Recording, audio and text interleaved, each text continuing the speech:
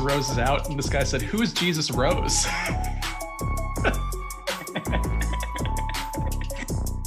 Yeah, that's fine. Yeah, that's fine.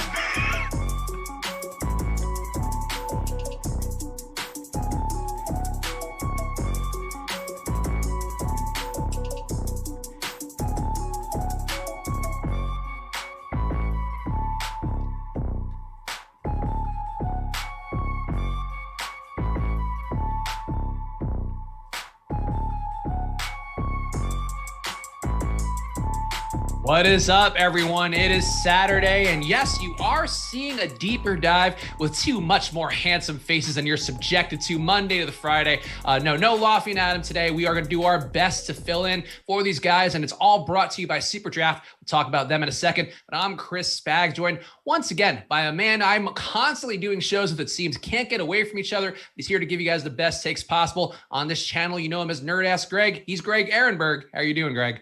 Yeah, well, part of that's really your fault because you could have very easily separated from me yesterday. You invited me on your podcast, Splash Pay Podcast with Peter Overzet, which is a great podcast. We had a lot of fun, but you could have had a little bit of time away from me. But instead, you're like, Greg, want to come do another podcast with me? I was like, sure. I've only done 8 with you so far this week. I just can't get enough. And that's also how it is for me with a lot of things in life, including playing on new DFS sites like SuperDraft, where the multiplier effect is a thing you need to know on there. You could play any players you want over on SuperDraft. If you go to superdraft.io or download SuperDraft in the App Store, and they steadfastly refuse to downgrade Jeremy Grant, even on days where I'm getting too much of him on DraftKings. If I'm playing some lineups on SuperDraft, I'm getting him today with a 1.65x multiplier. But you don't have to play just Jeremy Grant. You can play Luka, you can play Bam Adebayo, you can play any guys you want in there. Literally any player you want to put into a lineup, you can on SuperDraft. It all comes down to the multiplier format there. Guys are ranked between 1x to 2x. That's how you divide their point totals or define their point totals. Go to superdraft.io immediately and get in, because it's really a fun place to play. We have our projections live on the site as well from Awesemo, so make sure to play over at SuperDraft. And of course, go to awesemo.com/join. All the data we're going to discuss today, Awesemo's projections, the boom bust tool, the ownership projections, it's all available at your fingertips at awesemo.com/join. So go immediately over there, get your data in, and hang on after this show, because Live Before Lock will be coming with EMac and Terry McBride, taking you guys to the finish line. Greg, how are you feeling about the slate? We're going to go game by game as we always do on the deeper dive, but change of pace for us as the Live Before Lock guys. But anything you want to hit on up top is a big news item, because there's so many injuries here. I just feel like maybe we need a little table setter up top. I wouldn't even know where to start if we started listing off all these injuries, mostly because also on Saturdays I fill in for Adam and I write his article on the site where we go by game also. And it's literally been ever since noon. Every time I think I'm finished with something, a new news article drops. And it's like, oh, Jamal Murray's questionable. Oh, Kristaps Porzingis is doubtful now. And it's just every 10 minutes, there's something I have to change.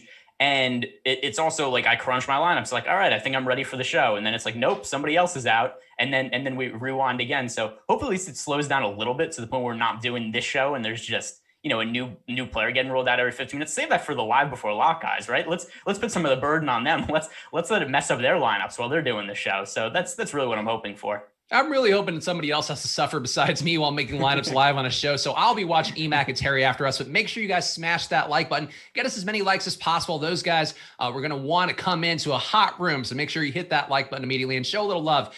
So we make sure we can put on more of these deeper dive shows on the weekend, go game by game for all of you guys. But let's start it out here. We got Miami and Brooklyn, 112.3 implied points for Miami side, 120.3 implied points for Brooklyn side. It might be a little bit different from what Jordan's showing on the screen, because I pulled my data probably a little bit earlier than he did, but still a game here, Greg, where we're going to see Miami with no Tyler Hero once more, no Jimmy Butler still, Brooklyn getting Kevin Durant back. But let's talk about this Miami side where, for me, Goran Dragic once again looks under-owned for the spot. I've said it a million times recently. I think he's questionable, but I think the expectation is he'll be playing. Kendrick Nunn, priced up, also looks pretty strong, has been dominant really in a lot of these games without Hero. And Bam Adebayo, I think another play there that I'm pretty intrigued by. As always here, when Butler's out, we see a boost in usage for him. The assist rate's been pretty strong.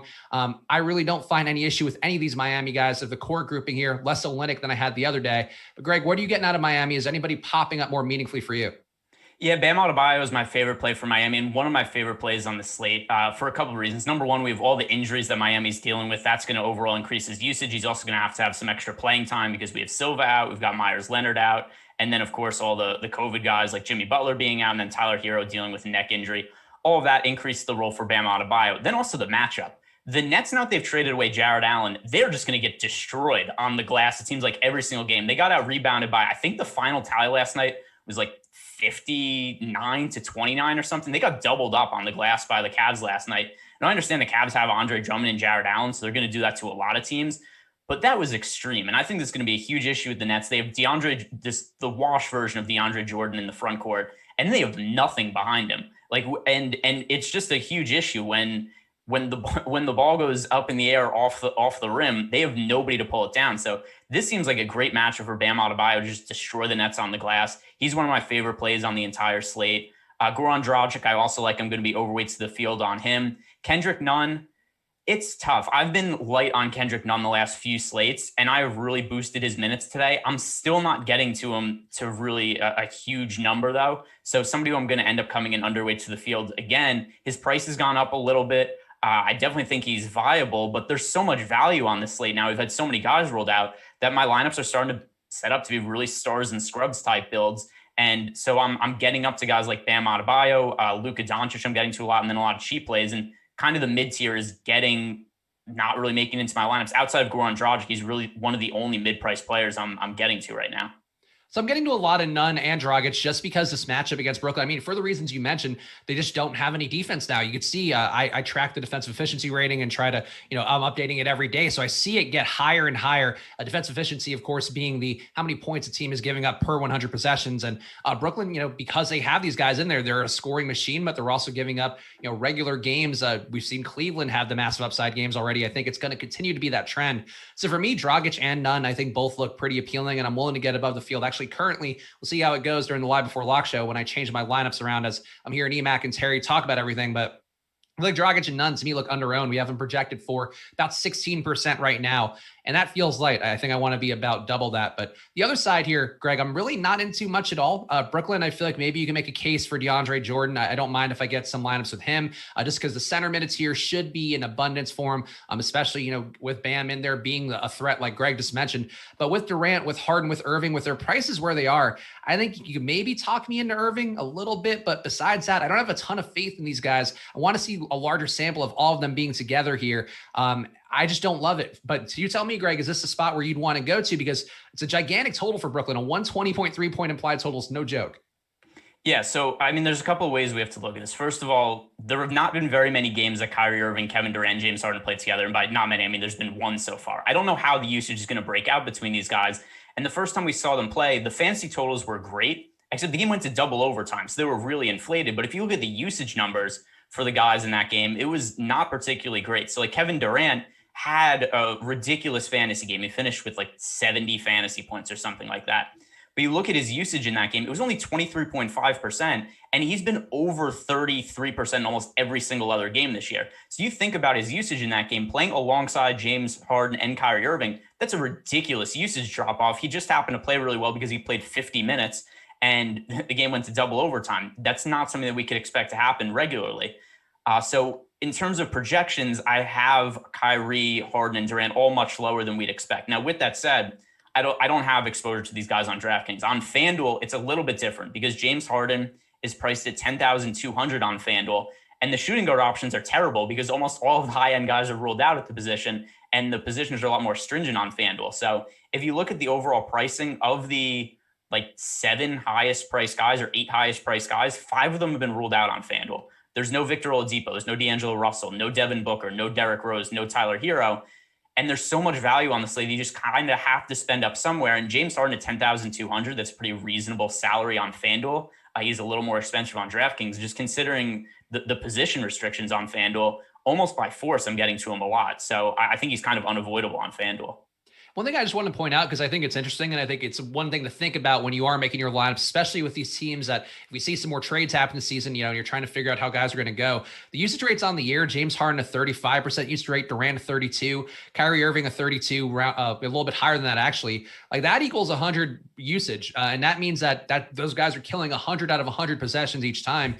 And that's just not how basketball works. Like you're going to see Joe Harris, take some shots when he's on the court. You're going to see Jeff Green get up some shots. You're going to see DeAndre Jordan get a lob at the rim. Like I think you're basically paying a price for these guys having the sort of playing with one star, playing with no stars, playing with one star, like kind of look here that they've all had in different situations.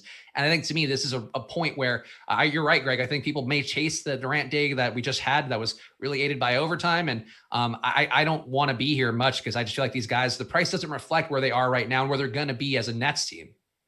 No, not at all. I agree with you. And then even to your point before about on the usage, because I had this discussion about somebody in terms of season long where he was like, I still think all three of these guys are going to be good. And I was like, yes, they're going to be good. They're not all of a sudden going to be bad, but just try to figure out the usage. And you consider the starting lineup of these guys, if you add it all together, you want it to be somewhere around like 110 to 115% because they're going to stagger the minutes a little bit. And if you just add up the usage for just Kyrie Irving, James Harden, and Kevin Durant to this point, you already get to that number. So if you want their usage to not change, you need like negative shots to come out of DeAndre Jordan and Joe Harris, which isn't going to happen. So it's hard. It's also hard to know what it's going to look like long term because we've only seen it for one game, and it's probably going to take a little bit of time for the chemistry to get going too. So if it wasn't for the just position restrictions on FanDuel, I wouldn't have exposure to any of these guys. But no matter how much I nerf James Harden, he still pulls up in lineups. Like I have him project for around 47 fantasy points, and that's still enough for him to come up in like 30% of my lineups. And that's a very low number for James Harden. Yeah, I think on FanDuel, I could see that argument a little bit more. On DraftKings, we do have no Kristaps Porzingis, or he's doubtful now. I think expected to not play because of injury management. And for me on DraftKings, I would rather get Luka. I think, 9 times out of 10 than Harden right now, just given the situations. And if Harden goes off, that sucks. But at the same time, I think if you're spending your money wisely, I think just letting the Nets sort themselves out a little bit more, letting the pricing sort themselves out on DraftKings, I think is probably the move.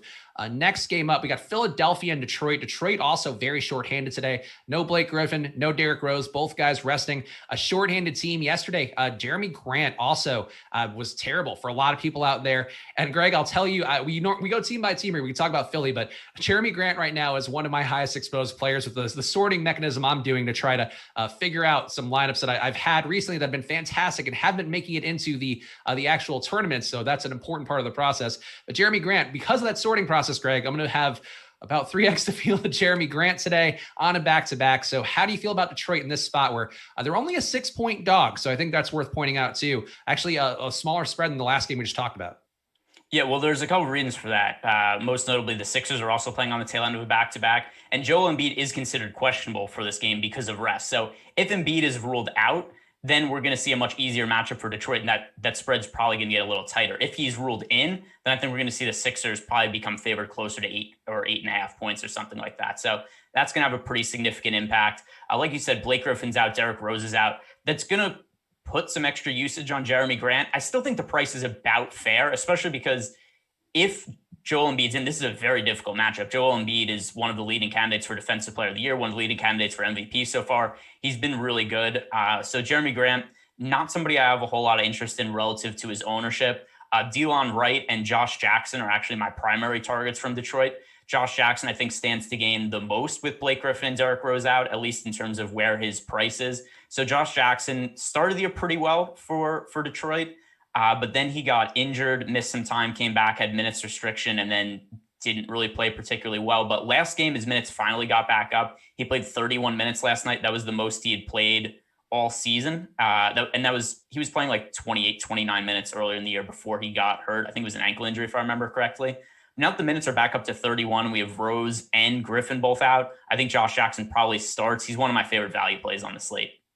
Are you getting any Delon Wright? Because, we're not going to have, again, no Derrick Rose, so that opens up some minutes there. I know there was a report from the Pistons beat reporter, Rod Beard, who we've actually done a show with on Awesemo before earlier. I don't know why he didn't do more beat writer interviews, but he actually gave some interesting tidbits and called Karis LeVert's breakout year before it went down. So credit to Rod Beard on that, one of the good guys out there. But Delon Wright, the minutes should be there for him. I know we have Frank Jackson behind him. He also said, who's the other dude? The Lee, Saban Lee, I think is his name, or Saban Lee might be in the mix. I don't know that I'm buying that. Awesemo didn't have a minutes projection on him, but I think Frank Jackson, I don't see him meaningfully pushing for minutes here. It's not like the Pelicans where you'd find Frank Jackson randomly getting minutes. I think Delon does get the run here, and with him being able to get about a 20% usage rate with no Derrick Rose, with no Blake Griffin on the floor, and the assist upside he has, I'm intrigued by Delon here. I think the 19% seems fair, but I'll probably have a little bit more just because I think he's a semi-value here. But do you feel him as much, or would you rather go to Josh Jackson?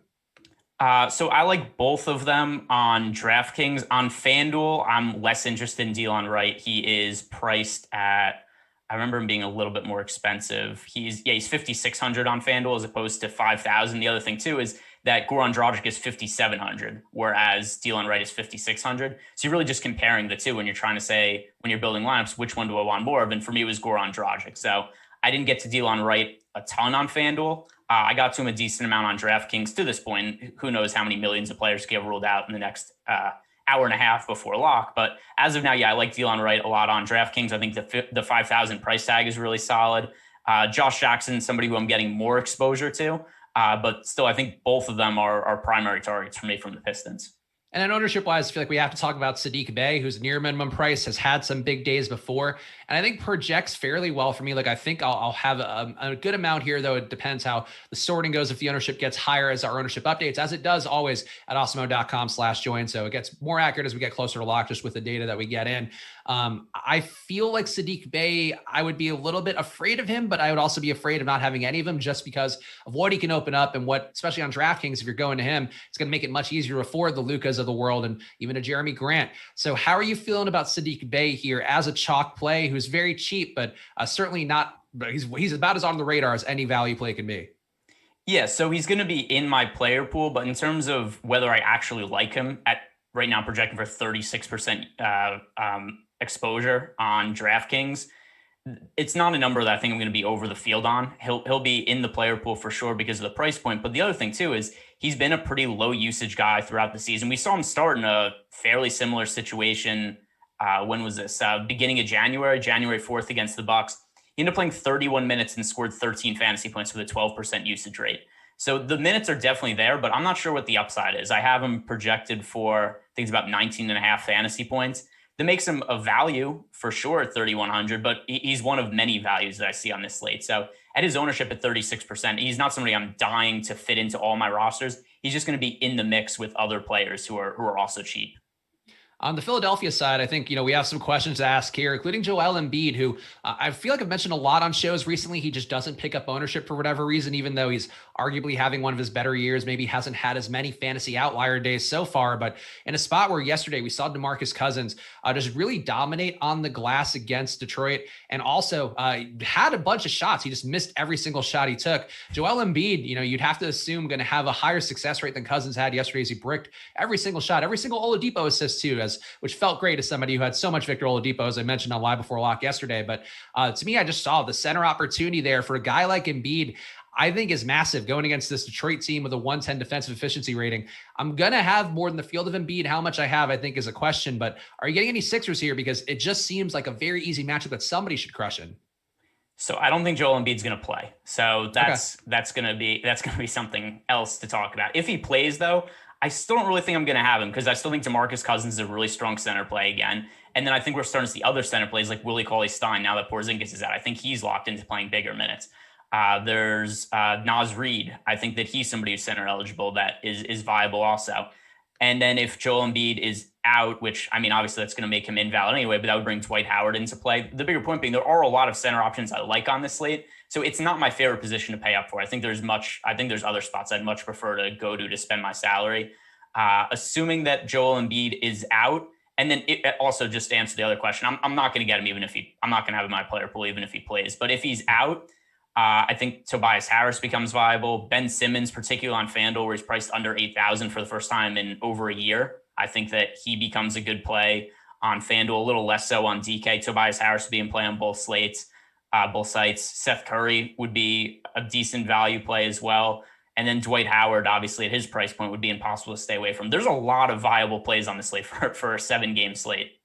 I think you're right. And I think, I'm erring on the side of assuming Embiid is in because Awesemo has him getting minutes. And normally that's sort of my tiebreaker, but we'll find out here. And of course, EMac and Terry will be coming up right after us. So make sure you are paying attention. And again, hit that like button and subscribe. We're so close to 50K subscribers. And the guys behind the scenes want to do a gigantic giveaway, especially if it coincides with the Super Bowl. So if you're watching this show right now and you're not subscribed to the channel, we have content like this all day long for every sport that's playing and has a betting or DFS component. So make sure you hit that like button and subscribe. Let's go to the next game. We got New Orleans getting 113 implied points at Minnesota getting 104 implied points. So not a good spot for Minnesota. As Greg mentioned earlier, no Russell, no Towns. Towns still out with his COVID issues. New Orleans, I think, playing a little slower this year. So that's one thing to note with them. But overall, there are some plays here to go to, and I guess it's going to depend also on Timberwolves status of Ricky Rubio. I think one we're waiting for confirmation on, at least as last that I checked. But Greg, what are you getting on the New Orleans side here? Because I think it's a nice spot for Zion going against a team that giving up a lot of shots at the rim. We know that's Zion's game. The price works. Brandon Ingram too, also coming down on DraftKings. So there's a case to be made for a few guys here. So I have a little bit of exposure to Zion now and some exposure to Ingram as well, more on FanDuel than DraftKings though. And so, I mean, here's the thing also with the Pelican side of the game here, though. There's so much value on the slate. This is one of the only teams that doesn't actually have value. And that makes me a little less apt to want to target them, especially on a thing where we have a 7-game slate. I don't want to say that every single player is in play, even though it kind of does feel like that. And I know there's going to be a point where I'm actually building my lineup. So I'm saying like, oh crap, I really like this guy. Like maybe it's Brandon Ingram, maybe it's Zion. And as of now, like, yes, I do like them. But I know there's going to be a point where I just have to cut my player pool because or else I just have like 8% exposure to every single player who's on the slate, which is kind of what I feel like I want to do now, just because there's so many guys who look as pretty good points per dollar plays. So Ingram and Zion, I think, are going to be in play for me, but more low priority plays just because there's other guys that I think are going to make more sense. Yeah, I think that's a reasonable take to have. It just jumps out to me, one of the highest dunk rates allowed, one of the highest layup rates allowed in the slate comes from Minnesota. And it kind of makes sense because they really haven't anybody meaningfully able to stop the interior, any really attack coming to the interior at all, especially without Towns out there, though. Even when he was in, I don't think they looked too great. How about the Minnesota side, though? Because I think this is certainly the side where you're missing two really high usage guys, with Russell being added to Towns on the guys sitting on the sideline. I think that you can make a case here for Vanderbilt. I think he's the one that looks pretty good to me. I know. So on the YouTube chat, a lot of people, including our boy Drop Rose, is big fans of Anthony Edwards, who's had a 30% usage rate on the year and court time without Towns, without Russell. But he's also been wildly inefficient when he's been shooting. So some question there. Malik Beasley also projecting pretty well. And I think we project even better if we don't have Rubio. So what are you getting out of Minnesota, if anything, Greg? I like Anthony Edwards too.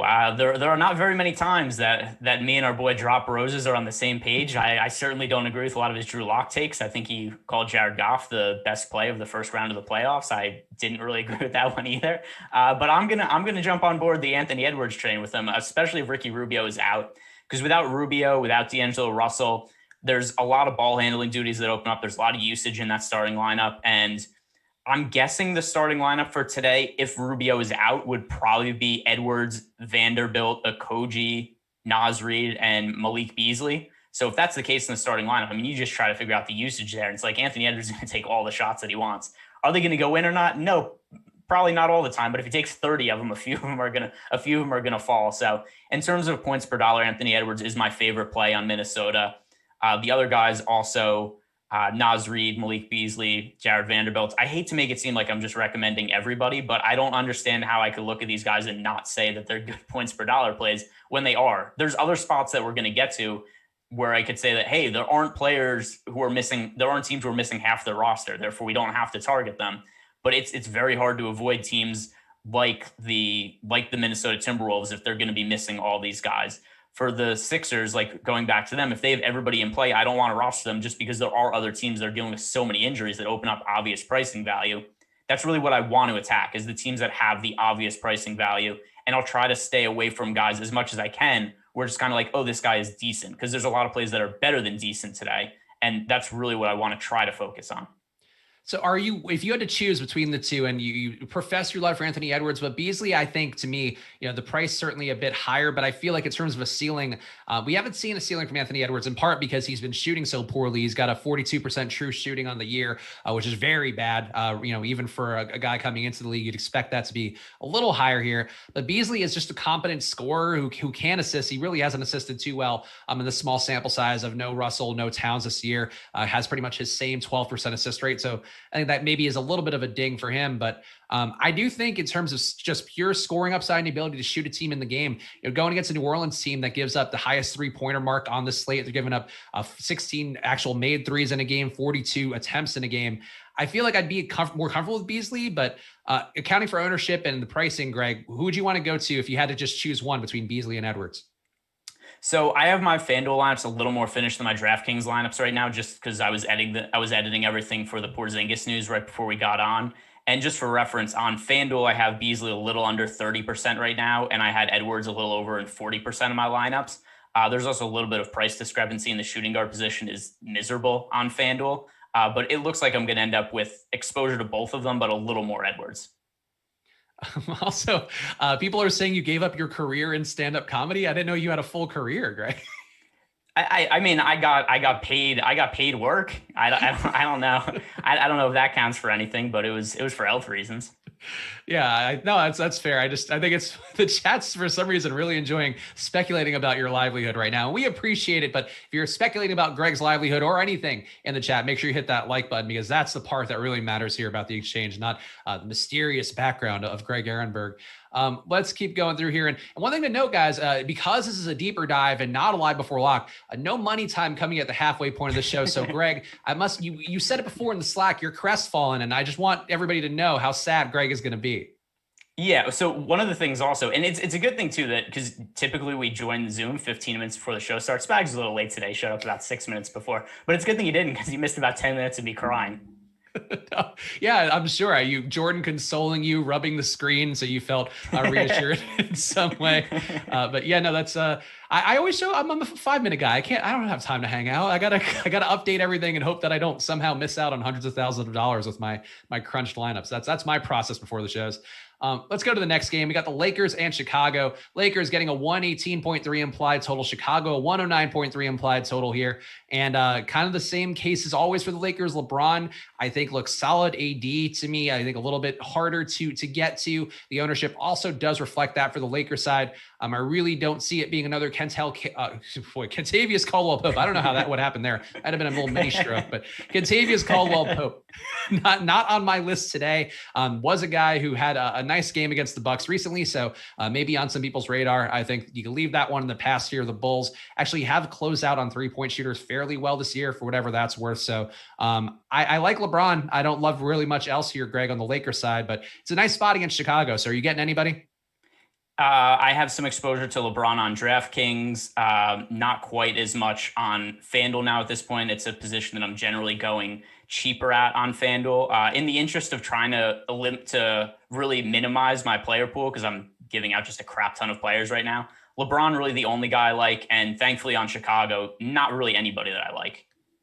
Yeah, Chicago, I feel like, again, our boy Drop Roses, he's been saying the word LaVine, I think, every 5 seconds in chat, and has gotten everybody to take hold. And Zach LaVine did have a good game against the Lakers recently. I do think, he is an LA guy. I feel like that's sort of, not something we'd ever count data-wise on anything that I would really try to put into encapsulate on a show like this. But I don't see the reason to go back to LaVine today. I feel like, a game here of actually knowing what LaVine does, which is he's been a really good gunner from three, especially this year, but has looked better all around. The true shooting for him, you want to talk about a guy who's actually shooting well. 65% true shooting from LaVine this year, which is better than a lot of great players or guys that we ascribe as being great players. So I'll give him that credit.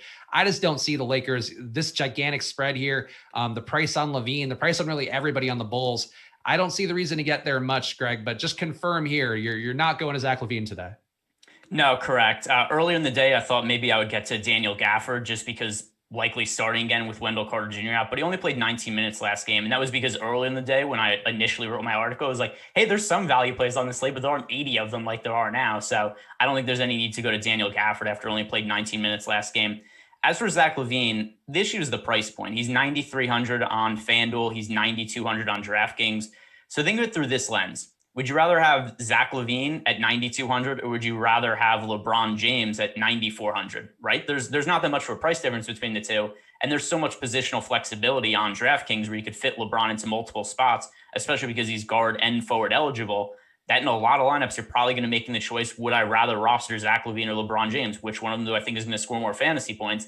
And I think it almost has to always be LeBron James in that situation. I have LeBron projected for, let's see, like 8 more fantasy points on DraftKings. I mean, we're comparing Zach LaVine's arguably the best NBA player of all time. And it's not that Zach LaVine hasn't been good, but LeBron James has just been priced down a lot. And for pretty good reason, right? Because, I mean, we look at the Lakers team where they added Dennis Schroeder, they added Montrezl Harrell. They're beating teams pretty handily. LeBron doesn't need to play as many minutes. Both him and AD, minutes are down, usage is down. But the price has caught up to that at this point. They started the year as guys who were priced well over 10,000. Now they're in the low 9K range. This is much cheaper than we normally see LeBron and AD. So I think the price is now appropriately reflected what their new roles are. And so I think the LeBron now has a lot more upside at this price point than did earlier in the season when he was somebody who was like 10,600.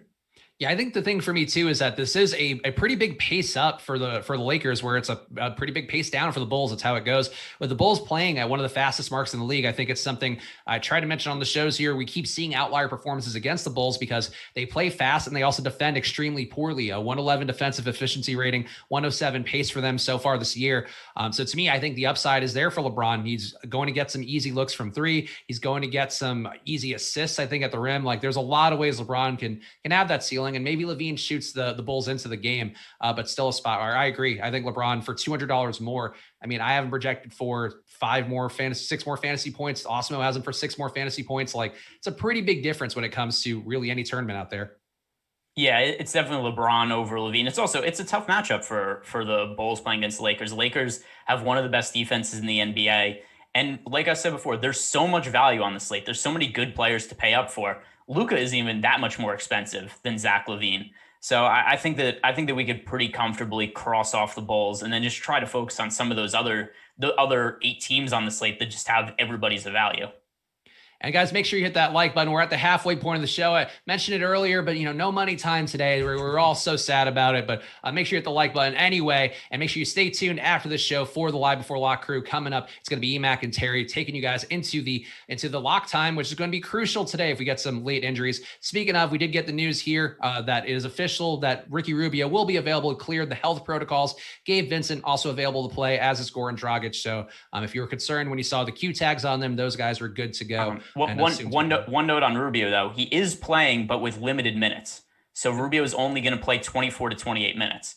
So that is going to change the dynamic a little bit. We could backtrack and get to the... Yeah. Let's just go there. Because, 24 minutes, I think we had...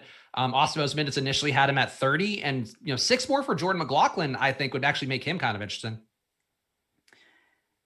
Yeah, I'm going to have to, I have to sit down and refigure the minutes after this. I'm not sure it directly goes to him though. So I'm still going to get to guys like Anthony Edwards and Malik Beasley, but it does make them a little bit less interesting than it did before, just because when Rubio was a little bit up in the air. This is kind of the worst situation, I feel like, for fantasy when you get a guy on a minutes restriction. Because if Rubio was in full, I would have liked him a lot at his price point on FanDuel and DraftKings. Now he's playing limited minutes. I think it's hard to like him, but he's also going to take away from the other guys in the starting lineup. So I think Edwards, Vanderbilt, Beasley, and Reed are still viable plays for me, but I'm going to have lower exposure to them than I was planning on having when I thought Ricky Rubio was going to be out. Yeah, I was going to have, I think, a decent amount of Rubio with a 30-minute projection. And we'll see what Awesemo has. Again, that's part of the Awesemo package that we have when you get an Awesemo Plus membership. So you get Awesemo's projections. You also, if you're like me, you like having Awesemo's projections, but you also want to tinker on your own and make your own rate corrections and all that stuff. You can get the stat lines there. So you just pull the minutes from Awesemo. He does the work for you, so you don't have to worry about tracking rotations and all of that. He's paying much more attention than anybody else you will find out there. That much I promise you. In addition to the ownership and the boom bust tool. So make sure you go over to awesemo.com/join and check out all the packages we have for you for NBA. I'm going to say though, McLaughlin to me, I think as a value play, like the ceiling's certainly not great, but I imagine I'll have 10% of him. We'll see how the final minutes look, but if you give him 23 minutes, I have him projected for 20 fantasy points. I feel like he's been kind of sneaky good this year in terms of just creating a lot of opportunity with assists. And I don't hate the matchup. So I'm a little more intrigued by McLaughlin than you are, I think. Yeah, I'm going to go really quick. It looks like Alex already updated. It's loading right now. I'm just trying to see how many minutes he gave to him. And then I'll try to look at the rotation afterwards and try to figure out what it is. That's because at that price, if he's going to get about Alex has him for 20 minutes right now. Yeah, I had him for 23. It's honestly going to be that close, but I just don't hate the stab because there are some ways this game gets away. Maybe Rubio plays less minutes then if the game does somehow blow out because they just don't have dudes. I feel like there are ways for McLaughlin to get more minutes. If he was min price, I'd feel a little stronger about him. If Alex is correct on the minutes, 20 minutes for Jordan McLaughlin at 3,700, he'd have to be a pretty good permanent fantasy producer to end up paying that type of price tag out.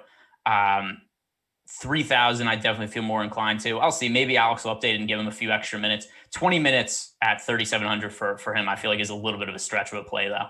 Yeah, and he's got Rubio at the minute, sealing the 28-minute part instead of 24 for Rubio. So just something to keep in mind there, because Alex has nailed the minutes a lot recently. Yesterday, Daniel Gafford, Greg mentioned him earlier, but I think a logical person might have put him in for, not even a logical person, a person following things closely would have put him in for 26. Alex had him at 20, and he ended up playing under 20. So that's just sort of how it goes sometimes with these guys who just don't have a secure minutes load.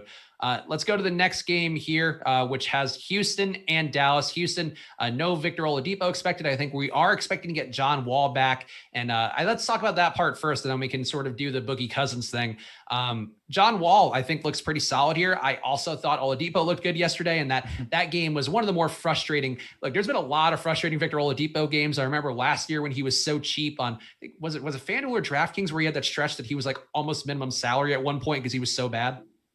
Yeah, it was, I think FanDuel had him at, it was like 4,800 or 4,600 or something like that. But yeah, he got really cheap. He definitely took a long time to get going coming back from his knee injury. The other thing too with Oladipo yesterday is he got in foul trouble quickly. And while that didn't necessarily completely impact his minutes, it did a little bit. I do think it impacted his aggressiveness in yesterday's game. That and playing with Demarcus Cousins. Cousins played so many more minutes yesterday than I was expecting, which, by the way, I said Cousins was going to be in all my lineups, and there wasn't really a good chance that he was going to fail in that spot, but I didn't expect 33 minutes from Demarcus Cousins. And the impact of that is Boogie's such a high usage player. He had a usage of nearly 30% yesterday. That's just going to take away shots from other guys on the floor when you Boogie on the court for that often. Yeah, no, it was honestly just an ugly game to watch, which does happen a lot with Detroit games because they do play slow and they're not very good, but really felt like Oladipo should have had a bigger day. That said, I think it's hard to argue with what John Wall's done this year. The usage has been about a 26% rate for him, which I think would be a little bit higher without Harden. I think the minutes there are a little bit skewed. The sample size not the best because of Wall being hurt, Harden being in, then Harden being traded. But to me, without Christian Wood, without Oladipo, I think this is a pretty good John Wall spot, for him to create. The assist rate's been there. I think can stand to go higher, 25% on the year.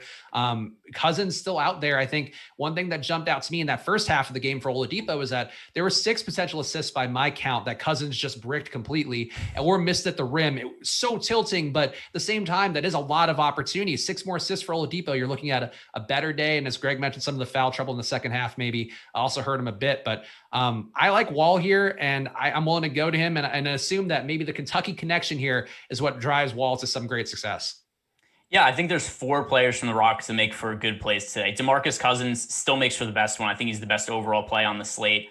I'm maybe a little bit concerned about his minutes, but it's just more yesterday he was in 100% of my lineups across FanDuel and DraftKings, and now I'm going to be like 80% on Demarcus Cousins. I still think he's the best play, but I'm a little concerned with all his injury history playing on the tail end of a back-to-back. He played 33 minutes, like I said yesterday. That's a ridiculous workload for Demarcus Cousins. That could take a little bit of a step back, but we also have to consider Boogie was as bad as he could possibly be yesterday. He was terrible. He scored 5 points. He could not make anything, like you said. He was missing layups. Nothing was falling. A lot of them were easy shots. Still scores 35 DraftKings points and nearly 40 FanDuel points. So if we consider that yesterday that was as bad as he could possibly play, and he still ends up putting that kind of production together, and his price hasn't moved that much on the 2 sites. It's gone up a little bit, but it's still much too cheap. I think that there's, once again, a very low probability of him totally busting. So Demarcus Cousins, definitely somebody that I think is warranting a lot of exposure on FanDuel and DraftKings. I guess that's something I'm kind of curious your take on. How much Boogie did you have yesterday, and are you willing to go very heavy on him again today? So yesterday, I think I ended up with 100% of them. And today, because of me trying to figure out some different processes, like right now I have them at 55%. No, I sell them a lot. I've at 83%. The field is at 55%. So yeah, I'm going to be heavy on him again. I agree with you. Like, I think overall, the rebounding numbers I thought were encouraging. The fact that, Dallas, I'm not really afraid of the matchup for him at all in any respect. The back-to-back, maybe some cause for concern, but there's really nobody else they're going to go to as a big man. So if he can play the minutes as long as he's feeling good, I think it's fine. The shots also were there. Like, I think the reason you go to him today, he's going to be less owned. The price is up a little, but the ceiling, like you mentioned, is just so huge that I think it actually today might be more of maybe not 100% day because you have some other ways to go. But like, I think you want to get above the field today because you actually can. Yeah, I totally agree. I mean, yesterday I was above the field, but it was literally, I was 100% barely above the field on Demarcus Cousins. He was over 90% owned in some tournaments yesterday. And you pretty much had to have him because, like we said, as bad as he played, he was 4,400 and scored 35 fantasy points. That's still a great outcome. If he scores 35 fantasy points again, where he makes like 10% of his shots and just can't make anything, he still ends up being a good play. So he's very hard to get away from. Yeah, I having watched so much of that game because of the amount of, I said it on the show, I had 100% Oladipo, 100%, or actually ended up with like 90% Oladipo and just about 100% Boogie. And like, it sucked to watch that game. It was so bad, but you saw him shoot time and time again and just get no results, and then drives to the rim and not get results. And it just has to get better for him because he doesn't suck that bad. Even if it may have looked like it last night, he's going to have better days. And if he does have a better day, like, it's easy, I think, to see him getting 40 fantasy points today on the spot, barring anything weird happening injury wise or foul wise or whatever. Any other Rockets for you on this side here? Because, there is some opportunity theoretically. Eric Gordon was at least as good of a play as Oladipo. Didn't contribute much besides scoring yesterday, but certainly a dude who's going to have some usage. I think the price point on DraftKings doesn't really get me there, but the other guys too got there yesterday, Greg. So are you willing to chase the Jayshawn Tates and PJ Tuckers of the world, or no? Yeah, I do like Jayshawn Tate, and I don't like PJ Tucker, but I like Jayshawn Tate and Eric Gordon. Especially with Oladipo out, I think that, and also with John Wall, him coming back, I think he's a fine fantasy play, and he's somebody that I'm getting to. What was my exposure in the last run I did? I had right around 20% exposure to John Wall. He's not going to play like 35 minutes in his first game back, right? I think they're going to try to keep him to like 28, 30 minutes, somewhere around there. And that's also going to open up extra opportunity for Jayshawn Tate and Eric Gordon. The other peripheral guys on Houston, I don't have interest in, but definitely Eric Gordon and Jayshawn Tate. I'm going to be there with them. Tate 4,000 on DraftKings, Gordon 5,200 on. Tate is 4,000 on FanDuel, and Gordon is 5,200 on FanDuel. And then on DraftKings, Gordon is 6,000, a little more expensive, but I'm still getting there. And Tate is at 5,000, a little more expensive. I'm going to have minimal exposure to him, but I think that on FanDuel, at least for their price points, they're two of the better small forward plays. Yeah, I think overall, the way it looks with my exposures, and these are going to change because we got some different news here that's going to move some things around. And we'll also talk about Philly in a second. We got some news from our guy, News God here, that we'll talk about with the Sixers. But I think, honestly, a sprinkling of all the guys, like for me, if I got 5% Gordon, 5% Tate, 5% even Tucker, but Nwaba too is value. Like, I don't mind it just because I do think there's room for one of these guys to have a day. We saw all of them have a day yesterday as Oladipo suffered and Cousins missed everything he shot. But overall, I think there's room for somebody here to pop off in a meaningful way. And that's what I'm looking for. Let's talk about the Dallas side, then we'll jump back to Philly. Dallas, no Kristaps Porzingis expected. We talked about it earlier. He's doubtful now, and Luka becomes a slightly higher usage guy, slightly more rebounds, slightly more assists. So everything just looks a little bit better. And as a result, to me, I think he's going to be one of my highest exposed guys, besides some of the ones we talked about. Jalen Brunson, I think, also looks strong here. And Willie Cauley-Stein, you mentioned as well. Just the minutes at center should be there from a little bit more with no Porzingis, and you do need some size because of Boogie out there. So I think these guys are all pretty solid plays, Greg. But how do you feel about Dallas? And overall, let's start with Luka, because I think he's sort of the big one to parse out. Well, first, I'm very distraught by the news that just came across on my phone about the Sixers situation. So I'll have to touch on that in a second. But for the second time the last hour, Spags, I'm crestfallen. Once again, just disappointing news to come across my phone. But yeah, I think Luka Doncic, the best pay-up option on the slate. He's going to be in a very high percentage of my lineups just because we have so much value on the slate. He's easy to get up to. His price is kind of oddly down on FanDuel and DraftKings. DK to be able to get Luka at 10,700. Then on FanDuel, we've got Luka at, I think it was 10,800. That's a low price relative to what we normally see Luka at. He's playing great. Porzingis is out too.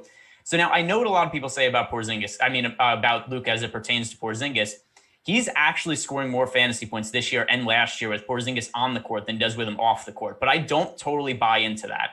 So Porzingis, keep in mind also with Doncic, he got a lot better as the season went along last year. He was a really good player at the start of the year, but he was legitimately an MVP caliber player towards the end of the season. But I think it just had to do more with his development than the actual arrival of Kristaps Porzingis. So I think his numbers from last year with Porzingis on and off the court are a little bit misleading just because he was so much better of a player at the end of the year with Porzingis than he was with him off the year. And then this year, once again, Luka didn't really come into the season in best condition and kind of got better at a few games into the season. He worked himself into better shape. But also Kristaps Porzingis, knee surgery in the offseason, wasn't there for the start of the year. if we look at the usage rates for Doncic, they're much higher with Porzingis off the court. So I think that the decreased fantasy production without Porzingis doesn't really mean that he's a better fantasy player with Porzingis on the court. It's just kind of been the situations, the way they've aligned. Does that make sense? How I kind of explain that there? Yeah, I mean, I think it's a little bit of in between there too, where having Porzingis on the court does give you another scorer who's a threat from inside and out. So I think that does open some room for Doncic to do what he sort of needs to do here in terms of getting space to either take his shots from deep and usually miss them this year, or to actually create some assist opportunities. So I think having another scorer out there is always a positive thing. But that said, against Houston, this is a smaller team. I think guys like Brunson, Hardaway, and then having Willie Cauley-Stein along with a Burke and James Johnson in the mix, like having those guys out there, I think is fine enough for Luka against Houston. Like I'm not terribly afraid of the defense, even though they've gotten decent results on the year with a 106 defensive efficiency rating. But yeah, I think to me, just Luka, I feel fine about him here. And I think not having Porzingis just opens up enough usage where even if he gets less quality shots, he's still going to get more shots. And that's the important part. All right, let's talk about the Sixers now. I've been looking for more I've been looking for more information on the Sixers as we're doing this. So I'll just read off the quote. The Sixers have added Ben Simmons to the injury report. Joel Embiid is now considered a game-time decision. According to Doc Rivers, he said he thinks Joel Embiid, Ben Simmons, and Tobias will play, but he can't tell us for sure because, of course, if only there was somebody to make these decisions for us. It's all this dumb coach talk, like Jeff Hornacek last year when he was asked about Mitchell Robinson and Mitchell Robinson's limited playing time. He said, well, I wish we could play him more. It's like, well, then do it. You're the coach, you dunderhead. Like, who else is making the decision? Who else? Like, there's nobody else other than Doc Rivers. Like, who's to say? You can. You're the decision maker. You're the guy here who could tell us. So it's really annoying that we just don't have information on here. I have no clue what to expect from the Sixers players. They could very well play and they could very well start and play limited minutes. These guys could all be out and the Sixers could just be playing a skeleton lineup. I have no clue what to expect from them. But if the Sixers start all these guys at this point, I don't think they're playable because I could definitely foresee a situation where all these guys get like 25 minutes. Yeah, it's weird that they said that Simmons and Tobias picked up an injury during Friday's game, and then Embiid has always had, the back issues, which are especially an issue on a back-to-back, ironically enough. But yeah, I think this overall, I'm feeling good about my Pistons shares. I'm feeling good about the stupid amount of Jeremy Grant and Delon Wright I'm going to have because I think this game is going to be a little bit uglier than the initial totals look. Though, honestly, 6-point spread, I guess that explains it why it really wasn't that much against Detroit because Detroit is a bad team and the Philadelphia fully stocked is a very good team that should smoke them normally. But again, pay attention to live before lock. Good luck, EMac and Terry out there. Have a great show, guys. I'll be busy making lineups. Yeah, hopefully EMac was not drinking earlier because he could start tail spinning. Could be a thing like it's the cartoons where he starts getting the circle spinning in his eyes as the news comes out. The stars around his head. Yeah. Second to last game here, we got Denver, a rematch of yesterday. Denver at Phoenix. Denver's got 109.5 implied points. Phoenix 107.5 implied points. Mikal Bridges, I feel like is one we need to talk about first here because people may look at the box score and be like, I don't get how this happened with Mikal Bridges. And I'll tell you how it happened because Denver gives up so many corner threes, and that's all Mikal Bridges shoot. He shoots 55% of his three-point attempts are from the corner. He just kept getting open corner threes and also luck box into some rebounds. Point being, I don't mind going back to Mikal. I don't expect the same ceiling today because there's no Devin Booker in for Phoenix.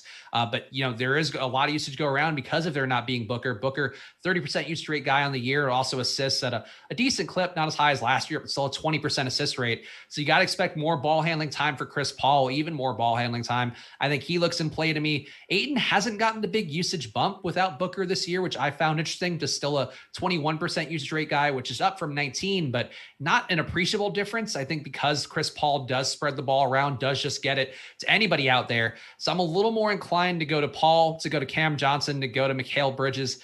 Crowder's on the cusp of usable, and Cameron Payne, a guy who could pick up a start, who did come in for Booker when he got hurt in overtime yesterday. I think that's one that's up in the air. We'll see how that goes, but I'm more inclined to go to everybody besides Ayton on Phoenix. But Greg, you tell me here and give me thoughts on Bridges because I know people will see that 50 fantasy point day and just be completely baffled.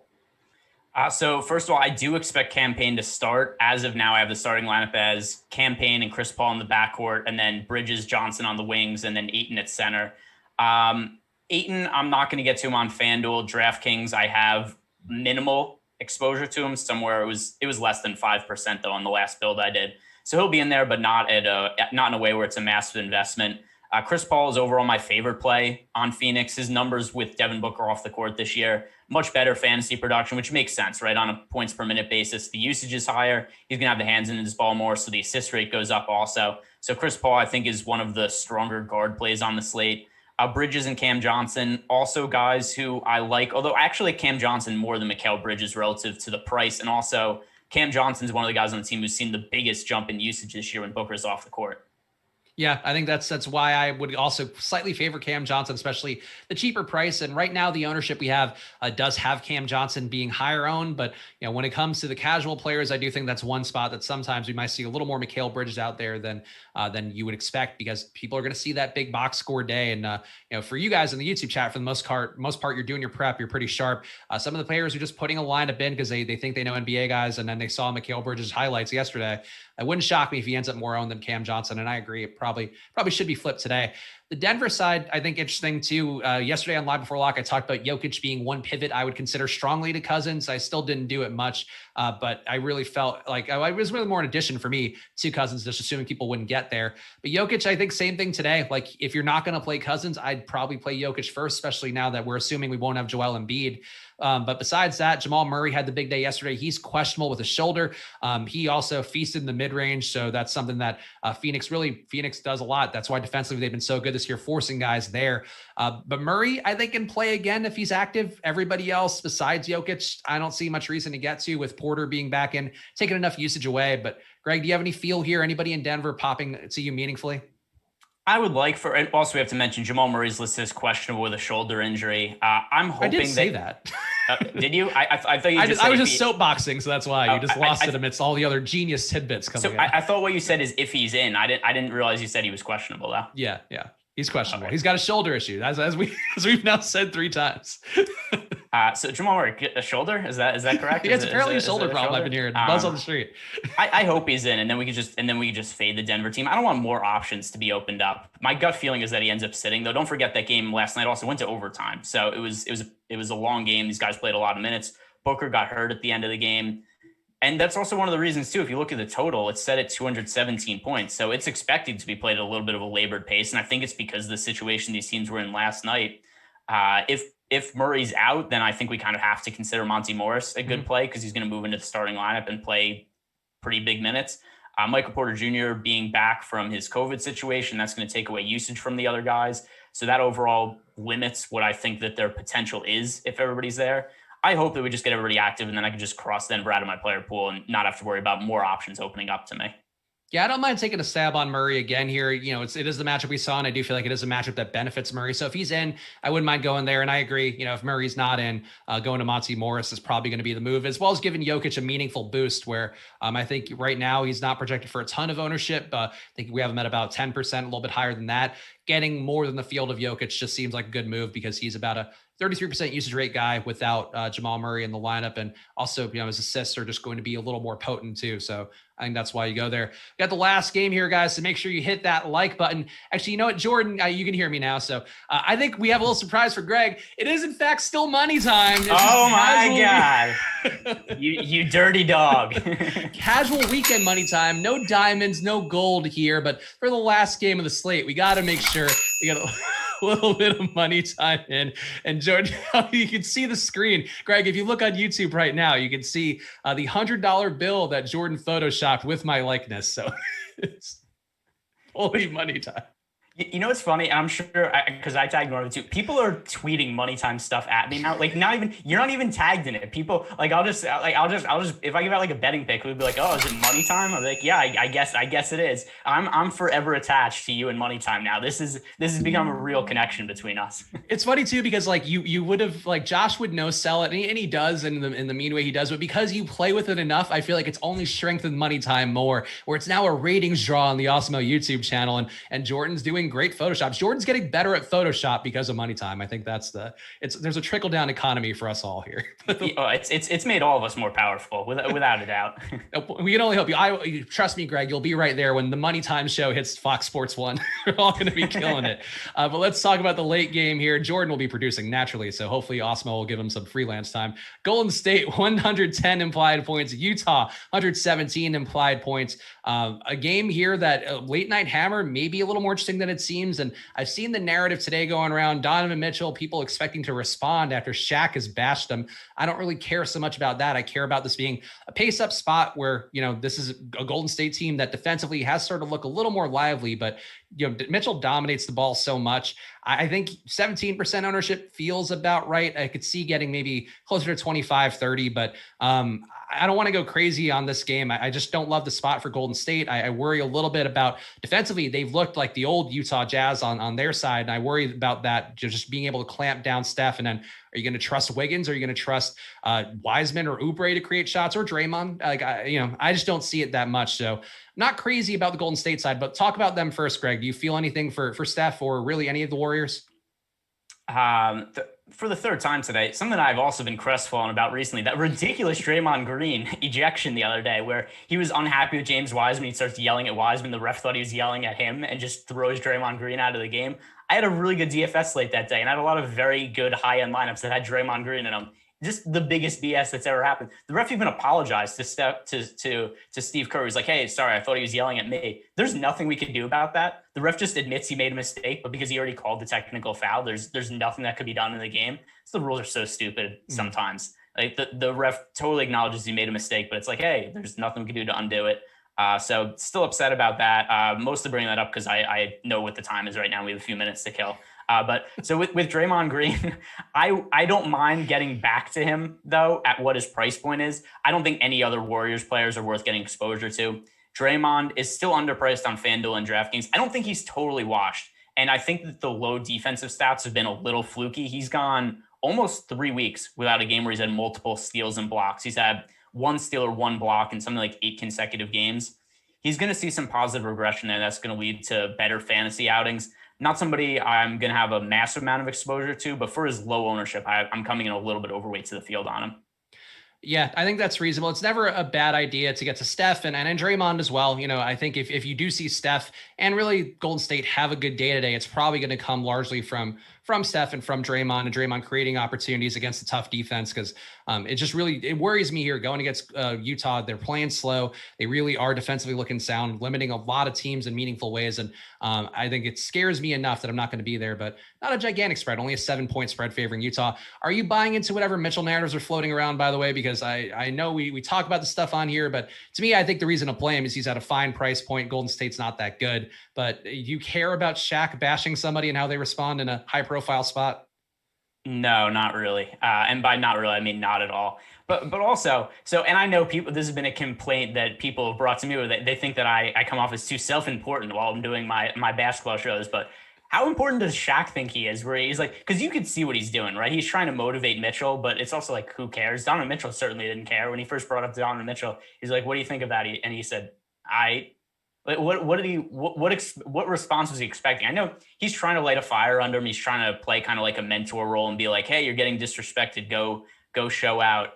I don't know. I always think that's a weird way to go about approaching athletes, though, because the implication is being that Donovan Mitchell hasn't been trying in the other games, right? Like there's only so much effort to give, and either you're giving 100% or you're not. There's not some like speed boost meter like it's Madden where it's like, all right, now he's going 120%.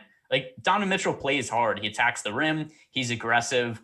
And overall, he hasn't been efficient this year, but it hasn't been for a lack of effort. He just had some games early in the season where he missed a lot of shots. There's no pep talk you can give to somebody that just makes more of their 3-pointers go in. Sometimes they just don't fall. I mean, too, and part of the reason I think he's had a little bit of a downturn, even though the usage, I think actually a little bit up from last year. He's at 31.6 this year from 30.9 last year. The assist rate's been up too, but he's deferred a little more to Conley overall, and that's a positive for the team. You want Conley to be better than he was last year and not be a shell of himself like he seemed like he was this year. Conley's looked good, and Clarkson as well, kind of taking some of that away from Mitchell. And Mitchell overall, I don't see anything numbers wise that's that bad. Shoots too much in the mid range. Like that's probably not something you want to do, especially because you are a good 3-point shooter. But I agree. Like I don't buy too much into the narrative spot. I think really it's more just a good matchup, and his price being where it is, that's sort of what we worry about most in DFS. We do have Rudy Gobert too here. I think a reasonable price, and Tarek Favors I've been getting too much of recently, which my own personal problem, but a value guy I never really hate, just in case there is one of those days Gobert gets in foul trouble. But anybody else here for you on the Jazz? Do you want to chase the Jordan Clarkson train here, as he's been shooting the lights out and he continues to do it, but the price keeps going up, and at a certain point I feel like it's going to drop off. Just for reference, Donovan Mitchell, I have right now. I build 6% on DraftKings, 3% on FanDuel. Not 0%. I'm definitely not somebody I'm getting much of. I'm getting to a lot of Rudy Gobert on DraftKings though. At his price point, I have him project for over 40 points today. So at his salary, I think that he rates out as and then we have to see what happens with Embiid and Dwight Howard and all that. But to me, I think he rates out as the second best center right now behind Demarcus Cousins. So Rudy Gobert is somebody I like. I think this is a good matchup for him. The price is certainly right on DraftKings. There's a big difference between his FanDuel and DraftKings salary. He's 8,500 on FanDuel, but only 7,300 on DraftKings. So for his DK price, I think Rudy Gobert, strong play, but easy to avoid him on FanDuel. All right, and now that's all the games. We hit it on the mark. I honestly can't believe it here. So kudos to me and Greg. Kudos to all you guys. Greg, give the quick plug here so we can move that away for EMac and Terry to get all this fun news that they can do while making lineups. Yeah, I'm just really excited about that. I want to plug the hour of time that I get to, number one, get to watch UFC. That's coming up right now. I'm excited to watch Conor McGregor and Dustin Poirier. Follow me on Twitter at Ehrenberg DFS. Follow Spags on Twitter. I forget exactly what's your Twitter handle. It's Chris Spags. I'm Chris. That's I'm the strongest branded person. The content might not be great, but the branding is. But yeah, check it out and check out my Splash Play pod that Greg mentioned earlier. It was me, Greg, and Peter Overzet. Just search Splash Play on YouTube. You'll find it, and just go over there. Support that show because it's been a lot of fun. It was a lot of fun doing the show with Greg. Greg always keeps me on my toes and makes it a good time. And with Peter Overzet, the king of Top Shot, things were great there. Stay tuned for EMac and Terry coming up next. Shout out Jordan Klein and have a great night, guys. Enjoy making lineups over this next hour like we will. Bye.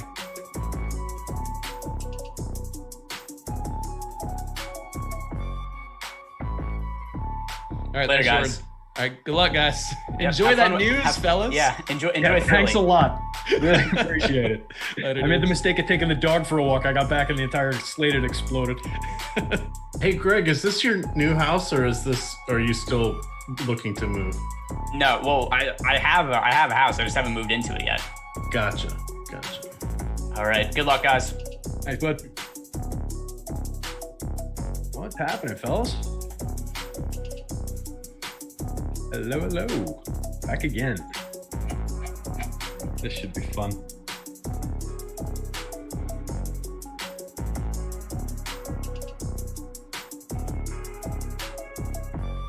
I am right now quite literally the rat in the Skinner box. I didn't get my I'll tell you on the show. 5 on the hands. I had pizza for lunch. Sweet. I had pizza for dinner last night. Nice.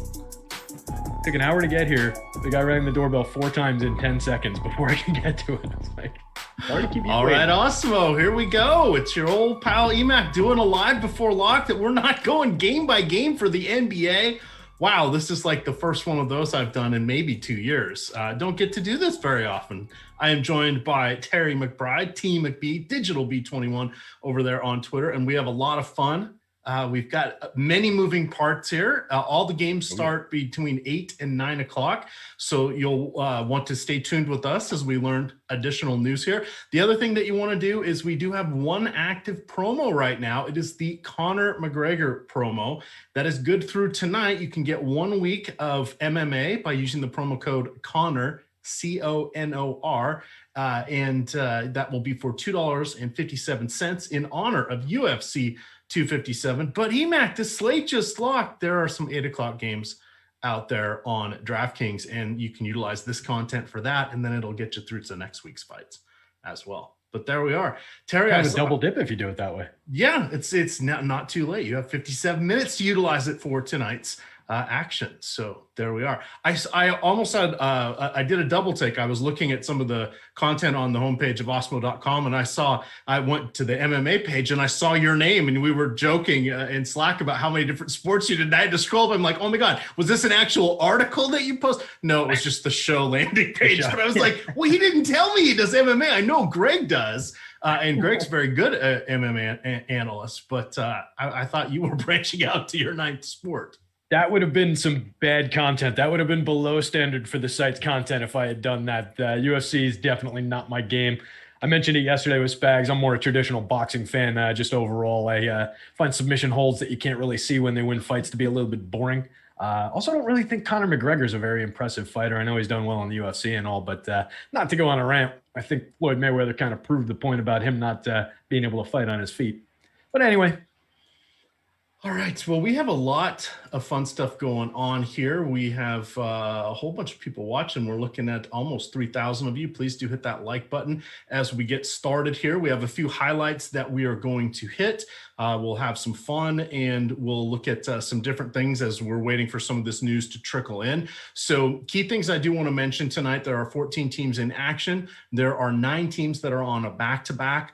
Most everybody is either playing teams that did not play last night or did play last night. So there's no rest combination, with one exception. Chicago played last night, and they are hosting the Lakers tonight. The Lakers did not play last night. So that's something we'll want to keep an eye on. We have most of the maintenance information out there right now. However, we are still waiting on Philadelphia, which is no fun. Now, for those of you that didn't realize we had a deeper dive today, you got to subscribe to the YouTube channel. Hit that notification bell to let you know when we go live. That also helps us keep putting out more and more free content. We had over 6 hours of shows today. We have 6 hours, had 6 hours yesterday, and I think we got 5, if not 6, lined up for tomorrow. But you guys being subscribers here really helps us out with that YouTube algorithm and allows us to continue to bring some additional free content here. So I'm going to hit the injuries really quick. That'll be our little building or starting point for what we're doing tonight. So Philadelphia, Doc Rivers decided to throw a curveball. We know that Mike Scott is out, but Joel Embiid, it's a back-to-back, may or may not play. And then now all of a sudden, Doc Rivers is saying, I don't know about Ben Simmons or Tobias Harris. But then he said, I think all 3 of them might play, but I can't tell you just yet. So really not helpful at all for that one, but that is the 7 o'clock tip-off. The other thing wrinkled tonight, all the games go at 7 or 8. So a very compressed window. So we'll have to wait and see what's going on with there. We know that Blake Griffin is out with for rest. We know that Derrick Rose is out for rest. Jimmy Butler is still out with, I think he's both in the COVID protocol as well as has a sore right ankle. Tyler Hero is out again with the sore neck or neck spasms. I think this will be his 4th or 5th straight game that he has missed. That means Gabe Vincent is going to be playing. You've got Myers Leonard who's out. Avery Bradley's still out. Chris Silva's still out. Just throwing those names out there because that still means Kelly Olynyk is going to be a reasonable play. Bam Adebayo, Goran Dragic, Kendrick Nunn, etc. Kevin Durant is in after not playing yesterday for New Orleans. Everybody is good to go for Minnesota. We have Ricky Rubio back. Sounds like he's going to play about 20 to 25 minutes. We have D'Angelo Russell, who is out for rest. Karl Anthony Towns is still in the COVID protocol. And then Juancho Hernan Gomez also in the COVID protocol. Josh Okogie is available. Moving on to our 8 o'clock games here, we have for the Lakers, LeBron James questionable because he's always questionable. Prices have really come down on him and Anthony Davis. We're not even going to speculate if one of them's going to sit or not. We've been wrong every time. Otto Porter is out for Chicago. Wendell Carter is out for Chicago. That means we're going to see Lauri Markkanen, but he's going against a couple really good forwards who, when they so choose, can play decent defense. So not necessarily the best for him. Oh, we're not done yet. We've got Houston. No Daniel House, no Christian Wood, no Victor Oladipo. Yes, John Wall. We don't know if he's on a minutes limit or not, but he has missed the last 5 games, I think, with knee soreness. So issues there. Kristaps Porzingis, doubtful, probably not going to play tonight on a back-to-back, but we don't know that. He has played 2 back-to-backs, I believe, thus far since he returned as well. We know that they have a bunch of guys in the COVID protocol still: Dorian Finney-Smith, Josh Richardson, Maxi Kleber, and Dwight Powell. The one other wrinkle, let's see, Victor Oladipo is out. Oh, yes, Demarcus Cousins on the back-to-back. Don't know what's going to happen there. He has played on 2 of them. He played, I want to say 32 minutes last night, 34 minutes. I forget exactly what it was, but I think if we plug him in for 30, that's fine. It's not like he's going to be overly taxing himself on defense. He did not break the slate last night. However, he was 2 of 16 from the field. He could have been a difference maker. So there were people taking victory laps on both sides of that one. It was just like, yeah. We had a conversation about it in Slack, and there's larger game theory conversations to be had around it, and math and numbers to be crunched on it. But ultimately, just going by what you needed from Boogie Cousins at price, he hit the value you needed. I had him at a 34 point something target, and he exceeded it by I think he put up 34.5, so he exceeded it by like 0.1. And that was to get to a total of 425 as the target score last night. So it wasn't necessarily Boogie that let people down, where it wasn't like Clint Capella at his big price came out and really broke the slate. He put up a monster score. He was like 8 points over the target I had for him. But a lot of the other high price components that you got to via those Cousins constructions went wonky. We had, Luka had a bad, not a ceiling game. Harden had a weak game.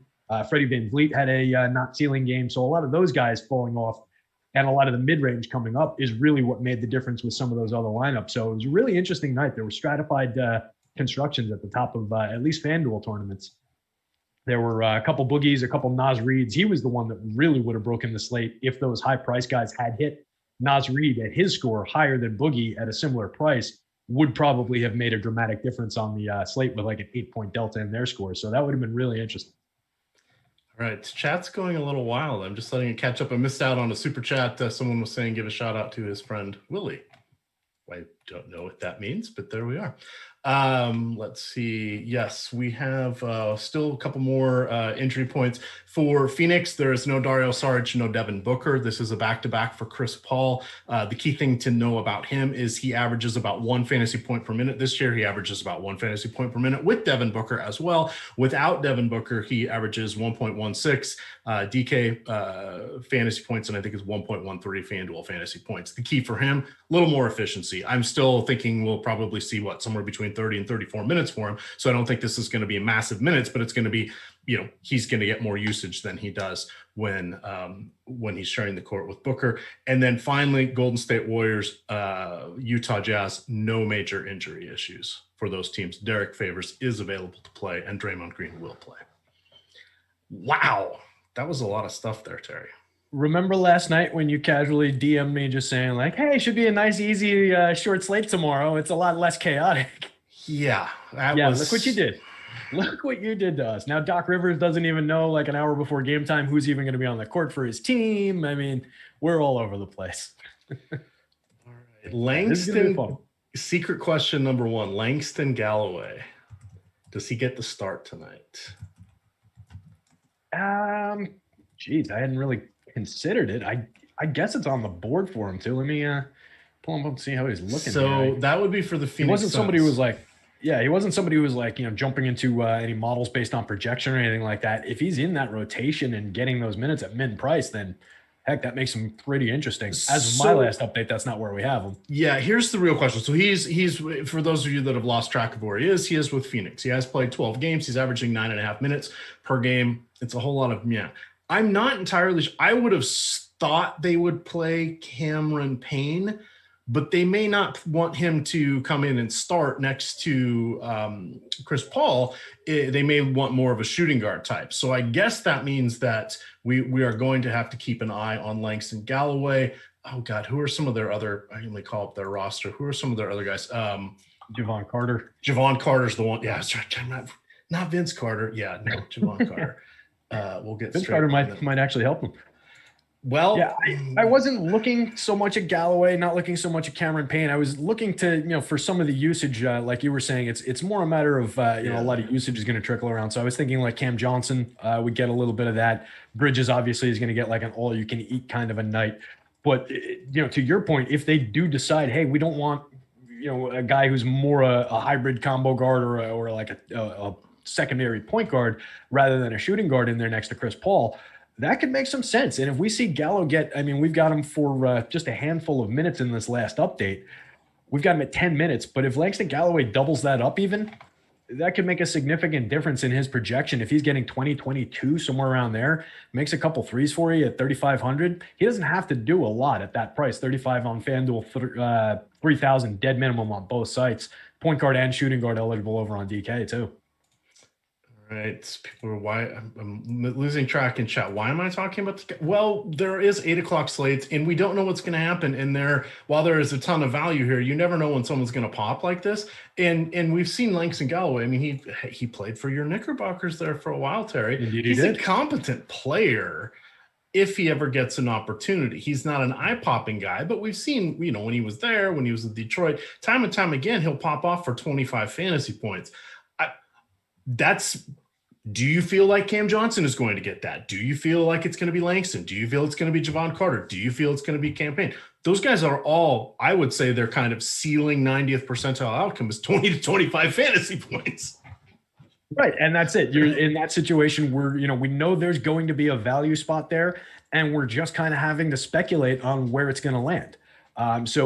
Pick your poison out of those guys. I'm probably going to get it wrong. We'll probably, there's 25% of the people out there will get it right, and the rest of us will have it wrong. But that's kind of what we're dealing with. So unless we get very specific news of, Cam Payne's getting this, Cam Johnson's getting this, and Langston Galloway's going to start and get 25 minutes, and this is what it is, it's difficult to say exactly how it's going to land. We just have to make our best educated guesses.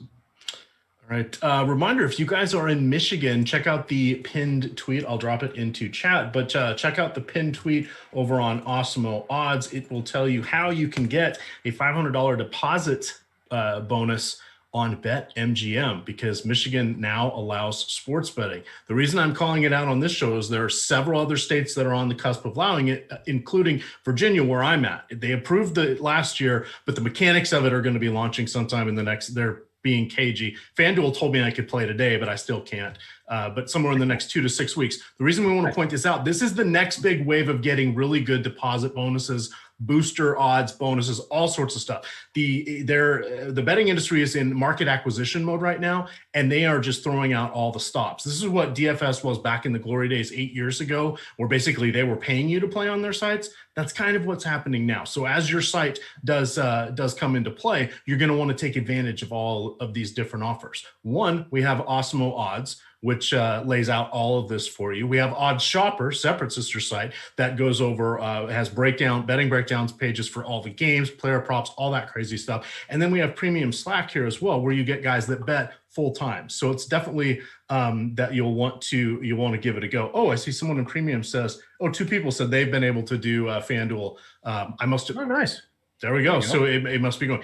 Me and technology, shouldn't be a surprise that mine didn't work right away, but there we are on that one. Hey, all just right. a quick note for the people out there, as far as Premium Slack goes, it's something that I feel like not everybody takes advantage of. Just doing the customer support when I respond to some emails and point people toward the Slack, a lot of people don't know it's out there. We're all hanging out in there pretty much all day, especially, these days when we don't leave the house. So like, if you've got questions, pop in, ask us. I'm in there, Josh is in there, EMac's in there a lot. All the guys are in there and we're answering questions. But more to the point, it's a great spot when something goes haywire or when some crazy news breaks and you don't know how to handle it and there's 5 minutes before lock.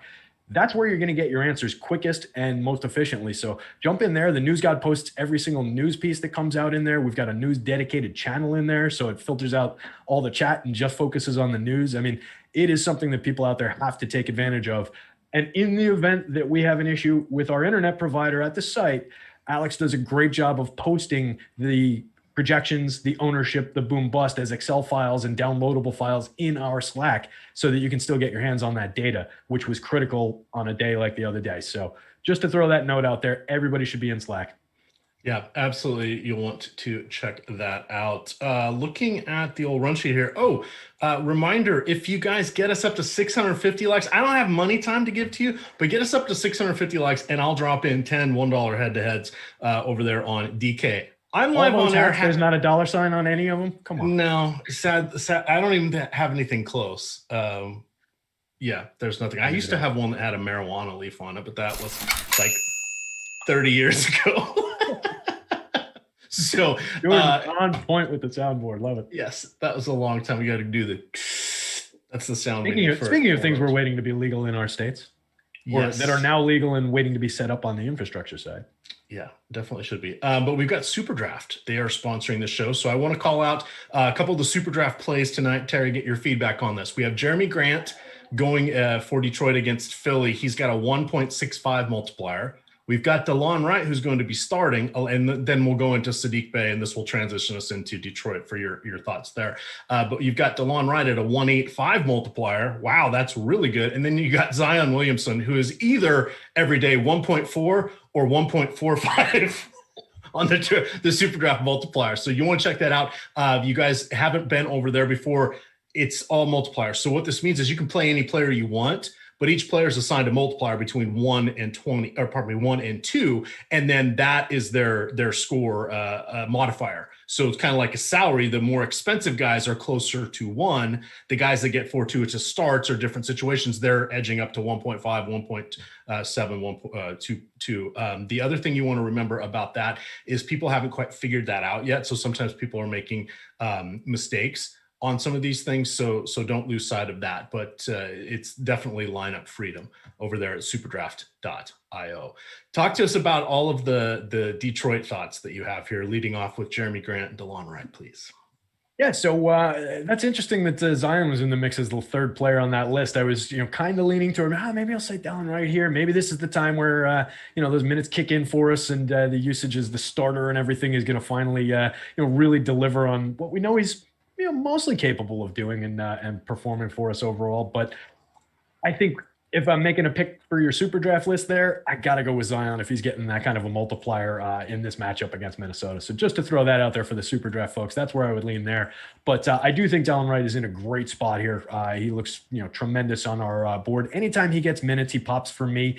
As long as he's not priced over like 6,000. When he's in this mid-tier and lower mid-tier, 5,600 on FanDuel tonight looks very good. 5,000 on DK looks even better. So I can definitely get to some Delon Wright. And the best part on both sites, he's got positive leverage. Just looking at the ownership compared to the optimal lineup appearance rate on our boom bust tool, significant gap in what he's getting owned by the public and his amount of optimal lineup appearances. So definitely someone to get on. Jeremy Grant, like you mentioned, he's just going to get the lion's share of the work most nights in this offense these days. That's why they brought him there. He has surprised me, and I think a lot of the other analysts at the site in, actually delivering on that contract they gave him and, soaking up all that usage and actually performing well. So 1.14 FanDuel points per minute this year, up from 0.81 last year. The price is reasonable for that kind of a production. On FanDuel, it's 8,500. I can go different directions, but I won't force him out of my lineups. He's in the mix in the small forward spot. On DK, I like him a little bit better. 7,800, you can move him from small forward to power forward. Appears in a good spot for the optimal lineups. And again, another guy not getting enough ownership. So I can definitely fire up some Jeremy Grant on DK. Right. Is there anybody else from the Detroit side? We get to Sadiq Bey, we get to Jackson, we get to some of these other guys that you want to make your lineup as compared to perhaps some of the cheapies on Dallas, some of the cheapies on Phoenix, some of the cheapies on, I'm missing a team here. I guess we'll call Houston. We'll throw Houston into that pile as well. I kind of like, just for rankings, I do like the Detroit guys 1. I like Dallas guys, mainly Jalen Brunson is number 2. For me on these, but what else do you like with Sadiq Bey? What's his range of outcomes tonight? 3.5 fantasy points to 30.5 fantasy points. Yeah, and it's another guy that we're talking about, like Langston Galloway. He's coming in at the minimum as well, 3,500 on FanDuel, 31, tick over the minimum on DK, but fairly irrelevant $100 there.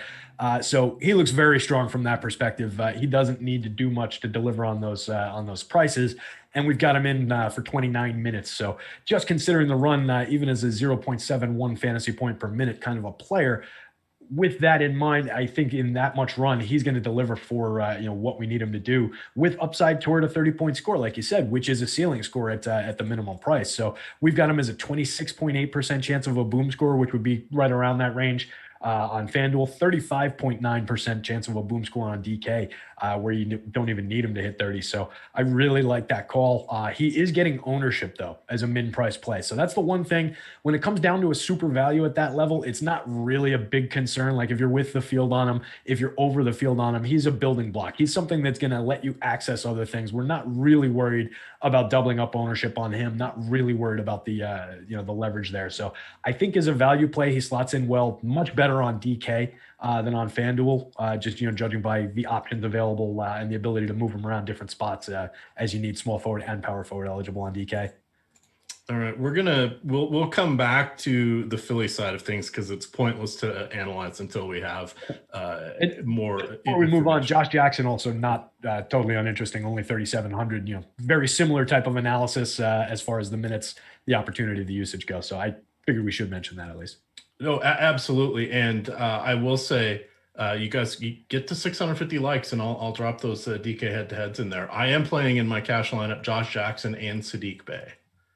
so, along with Jalen Brunson. So Building there are 3 of my 8. If that tantalizes you at all, jump on in there. See, we have a super chat here from Fear and Loathing in New York City. Grant, oh, good. This is a good pivot away. Grant or Gobert on DraftKings for utility. And then is there anybody on DK that stands out to you in that 5K range? So I'm leaning a little bit more towards Gobert in this one, just because I don't think he's going to be really competing for rebounds from anybody for Golden State. But I do like Grant because I think he probably has the higher upside, as we've seen, where I think in all but 3 games this year, he's taken at least 19 field goal attempts or something along some absurd number like that. And he's 14th in the league, I think, with 25 points per game, somewhere around there, which is just insane. Who thought we'd be comparing those two? I have a tiny lean towards Gobert, but the problem is he's center eligible. In that utility spot means we do have a little more flexibility. But what do you like of that pair there for Fear and Loathing in New York City? Yeah, so love the screen name, first of all. Good call on both the New York City and the Fear and Loathing part of that. So big fan. I think just looking at Alex's numbers, since it's a DK question and my stuff is geared toward FanDuel, going by the boom bust, I think it probably is Jeremy Grant. Despite the the idea of multi-center rostering, which is something that I do like. They tend to be relatively productive building blocks and pieces. So when I can do that, I like to.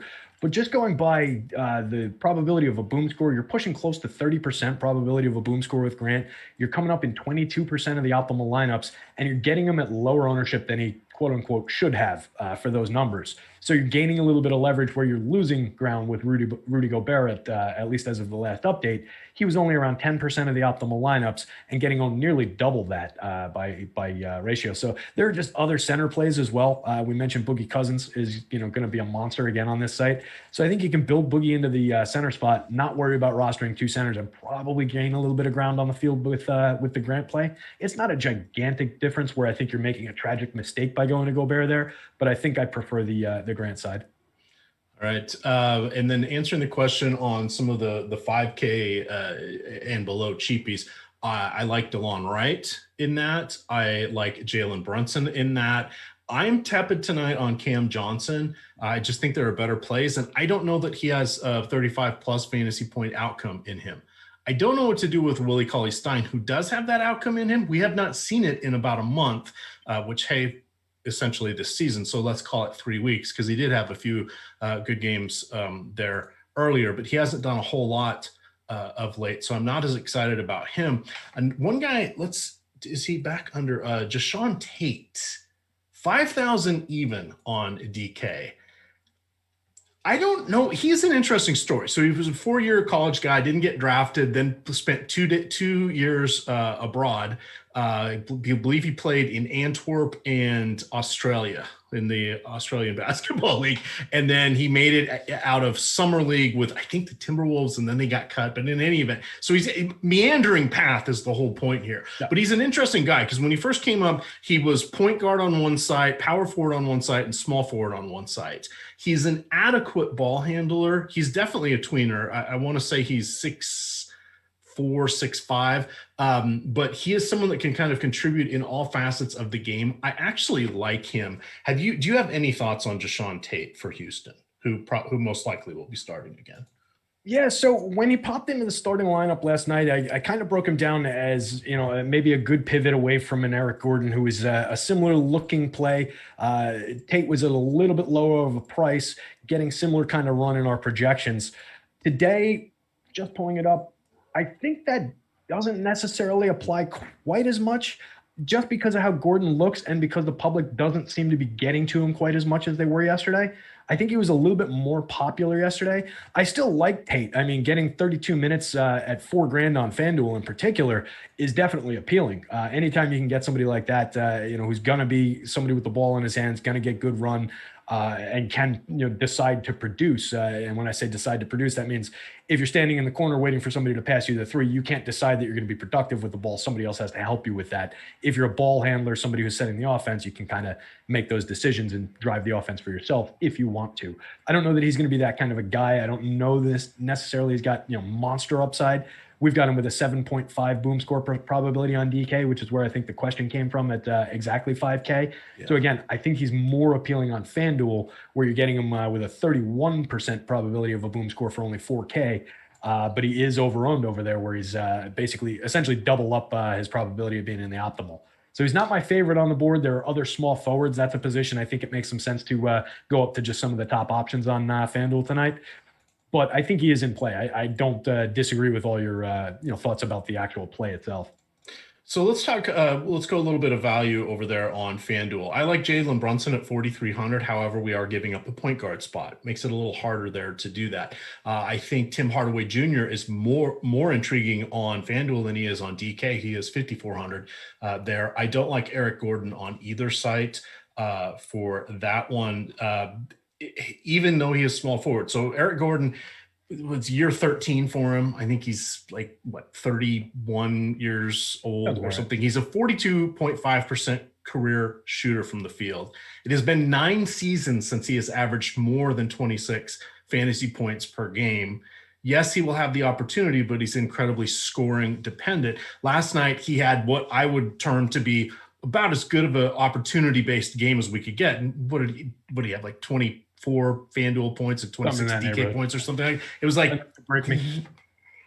Yeah, I would rather play some of these guys like Sadiq Bey and Josh Jackson and maybe Jashawn Tate instead of Eric Gordon here. What else is popping for you on FanDuel here? Let's see with the Eric Gordon play, there's comfort in knowing where my disappointment's going to come from. I just open the app, I go right to Eric Gordon, and I know that he's going to underproduce for me when I expect good things from him. So he's comfy.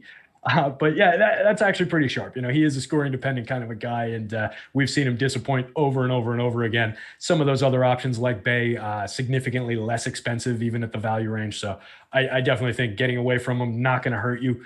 Staying on him, I'm also okay, being around the field on him. So he's fine. What was the actual question? Sorry. Cheapies on FanDuel on the blue site.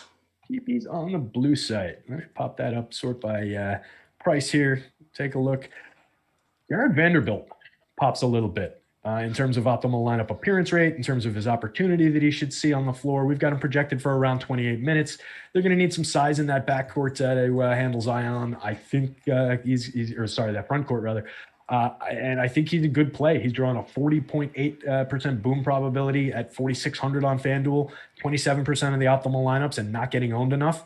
So that's the kind of play I'm looking for when I scan by price, is just a guy who pops in terms of optimal versus boom score versus where the field is on leverage.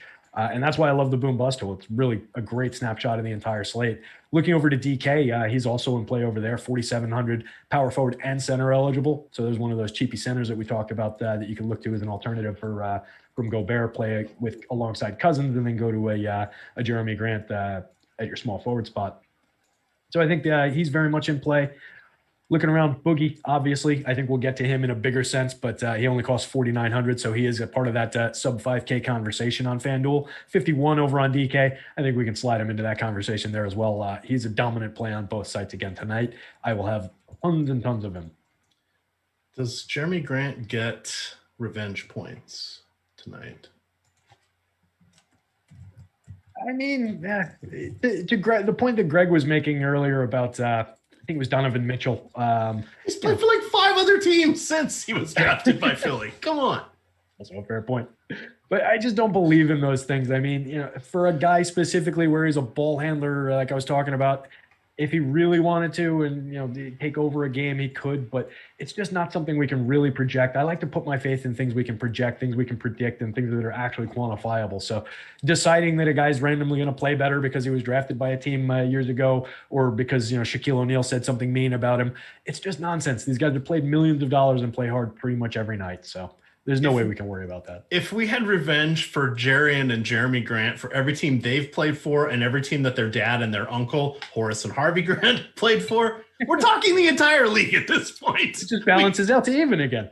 We can manufacture 22 different teams where they have some sort of tie. We do have a $5 super chat here from Jonathan Major. He says he has 20% of Ben and 15, I don't know who, Ben Simmons, and 15% of Embiid and some Tobias. What does he do?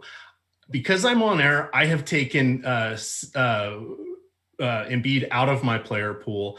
I took the other two out of my player pool on DK tiers, but I have 3 shares of each. I'm not updating those lineups. I'll have to do something on the fly if we get news for that, but I knocked it way back. I may have even taken Simmons completely out. I have a little bit of Tobias Harris, but I figured that there's just enough goofiness coming on here that it's going to be, it's not worth it to me. There are a bunch of other games. And we have news now. There we go. Embiid, Simmons, and Harris are all available. Thank you to Jordan. So there we go. So now I don't have to delete all these lineups I was about to I would say for Jonathan Major, let it ride.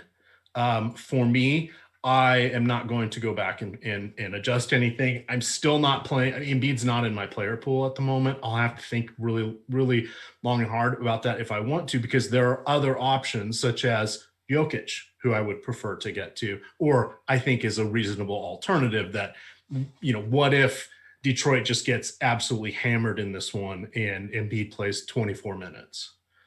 By the way, did you see some of the tweets that Laffy put up over the last 24 hours of Embiid? Like he was did some baseline move and then so, and I was like, I didn't even, if you had asked me who it was, because I was looking at it on my phone, I would not have said Embiid. And then I was reading this thing, I was like, look at Embiid go. And I'm just like, whoa, that was Joel Embiid. That was some very nimble agility going on there. So I gotta pull it up and take a look. I didn't see him. Yeah. Does them playing, not playing back to back against a weakened team, does that impact what you're doing at all? Or are you just okay with getting some? Do you go below the field on these guys? What do you want to do with the Philadelphia trio? With that news, I will pretty much take them as I get them. It looks like I'm getting mostly Simmons out of that trio. Well, actually, let me make sure I'm telling the truth about that and actually check. Yeah, I'm getting Harris around. This is across 700 some odd lineups in a running crunch. Harris is coming up in like 5% of them, Embiid in 4%. But I am getting a fairly wide swath of Simmons at 31%. I think the point guard spot makes some sense to spend some money on FanDuel, and he was coming up pretty well for me all day. So I'm kind of glad I left him in so I don't have to redo this whole thing. And somebody just sent us a DM in premium Slack. And a lot of that is just kind of captured by the fact that I'm going to have so much Boogie Cousins on FanDuel where it's a singular center. And then I'm capturing, some minor shares of Willie Cauley-Stein ahead of Embiid, and then like 10% Steven Adams, 13-ish, 14-ish% Naz Reid as those things are rolling. So it looks like just I'm getting a lot of pay down results at the center spot and not really worrying about it. The one guy I would like to see push in here a little bit more that I'll probably manually change is, of course, Joker in the big pay up center spot. I would grab some of him because Cousins looks more in line. I think Greg said it earlier as like an 85% play rather than a full lock tonight. So if I'm going with 15% somebody else at the center spot, I do want some of that dedicated to Jokic. All right. We did get a super chat, or I mean a prime premium chat Slack. Sorry. So many. At work we're on Microsoft Teams. Yeah, work we're on Microsoft Teams, Skype, and some other. It's like, can we all just use like one of these platforms instead of 15 of them? It drives me absolutely bonkers. Let's just go for Monty Python and the Holy Grail, the arrow in the chest. Message for you, sir. Yeah, something that's. Oh, you're the only one who would know that. No one else is getting that one. But again, here we are. We got 23 minutes to go. I'm your old pal EMac. I am joined by Josh's dad. Between Josh's dad, your old pal EMac, and Nerd Ass Greg. Boy, we're quite the collection here. They are asking, would you play Jalen Brunson and Luka Doncic in the same lineup? Hey, those guys are in my DK Cash lineup, but you guys are just 20 likes away from having me release 10 of those into the DK lobby. When I do that, and when you get there, the username will be EMac. Check it out. They're going to be there for you as soon as we get 650 likes. Nice. You wouldn't have any issues limiting. None whatsoever. Yeah, they're both closed. That's kind of the tiebreaker. Are both guys going to be in the closing unit? If yes, then I have no problems playing. Yep. Yeah, and they haven't even raised the price on Brunson to the point where it's something I worry about. Like even if he wasn't closing, I think at 4,300 he's still got enough run to probably get there alongside Luka. 4,800 on DK. 48 pushes a little further out of range, but I think since he is going to be closing alongside him, there is no concern there whatsoever. All right. Let's see. We've got, I see Michael Wheels is in the chat. Longtime friend. He and I used to do battle back in the FanDuel, Fantasy Feud. That was the site. That was a long time ago. Were you in DFS? You were on the Family Feud? It's funny how many people can't spell. Richard Dawson days? Yes, something along those lines. That was before you found DFS, was it? Fantasy Feud, I don't remember that one. Okay. Went under about 5 years ago, or got bought out by somebody. Might have been one of the pop-up ones that I didn't see, or maybe it just wasn't on my radar at the time. Yes. All right. So there's my 10 in there. Username EMac. Let's have some fun with that one. Go get him, everybody. Yeah, enjoy. Let's see. We talked about SuperDraft. Still liking those. The key plays over there is Jeremy Grant, Delon Wright, and Zion Williamson. Those are my key options there. They are the sponsor of the show tonight. Definitely go check them out. That's at superdraft.io. They do have an app. They do have the website, and you get to say SuperDraft whenever you type it in. So check that out over at superdraft.io. What do you want to do with Zion Williamson? I wrote him up as one of my core plays today.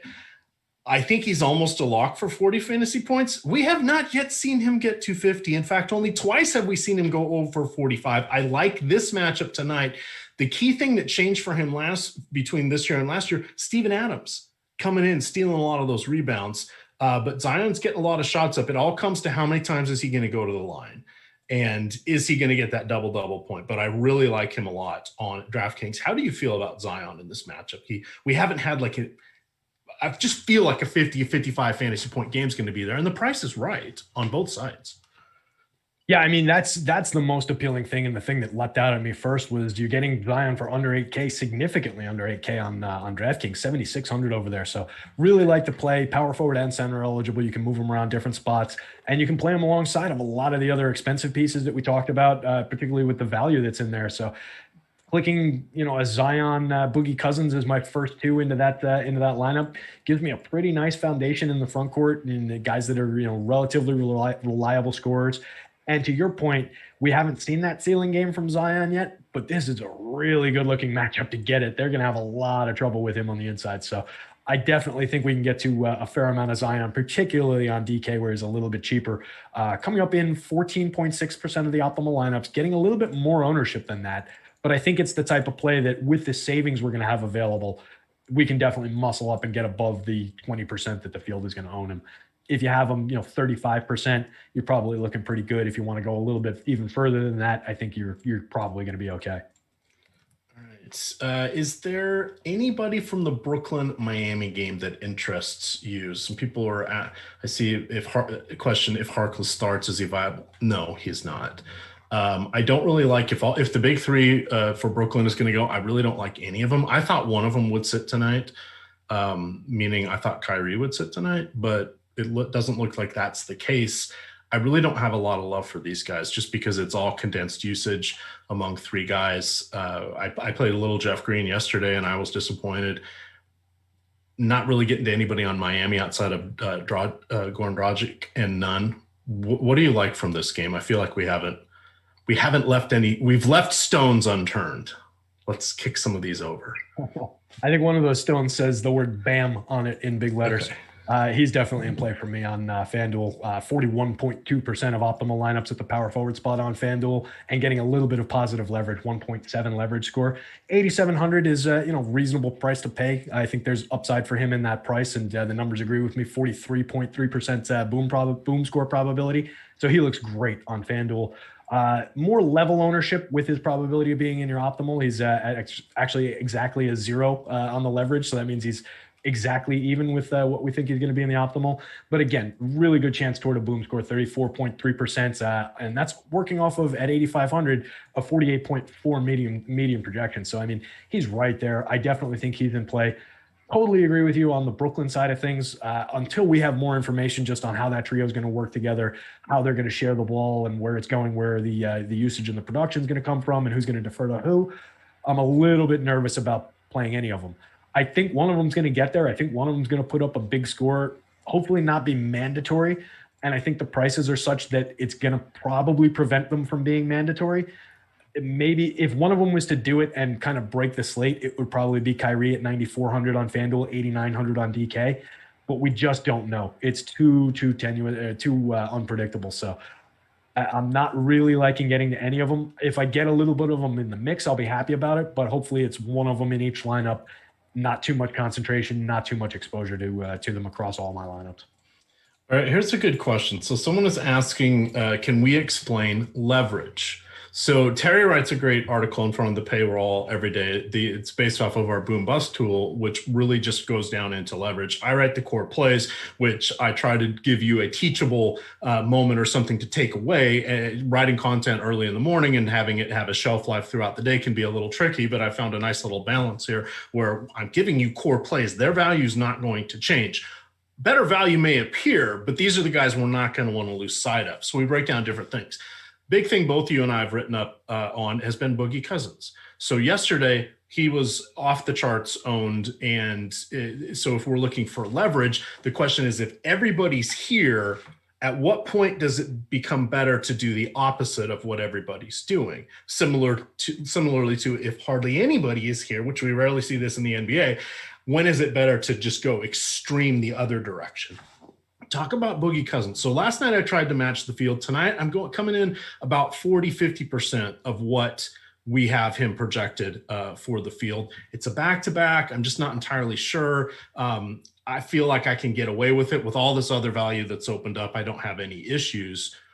Talk about leverage and give us a little 2-minute teachable moment here.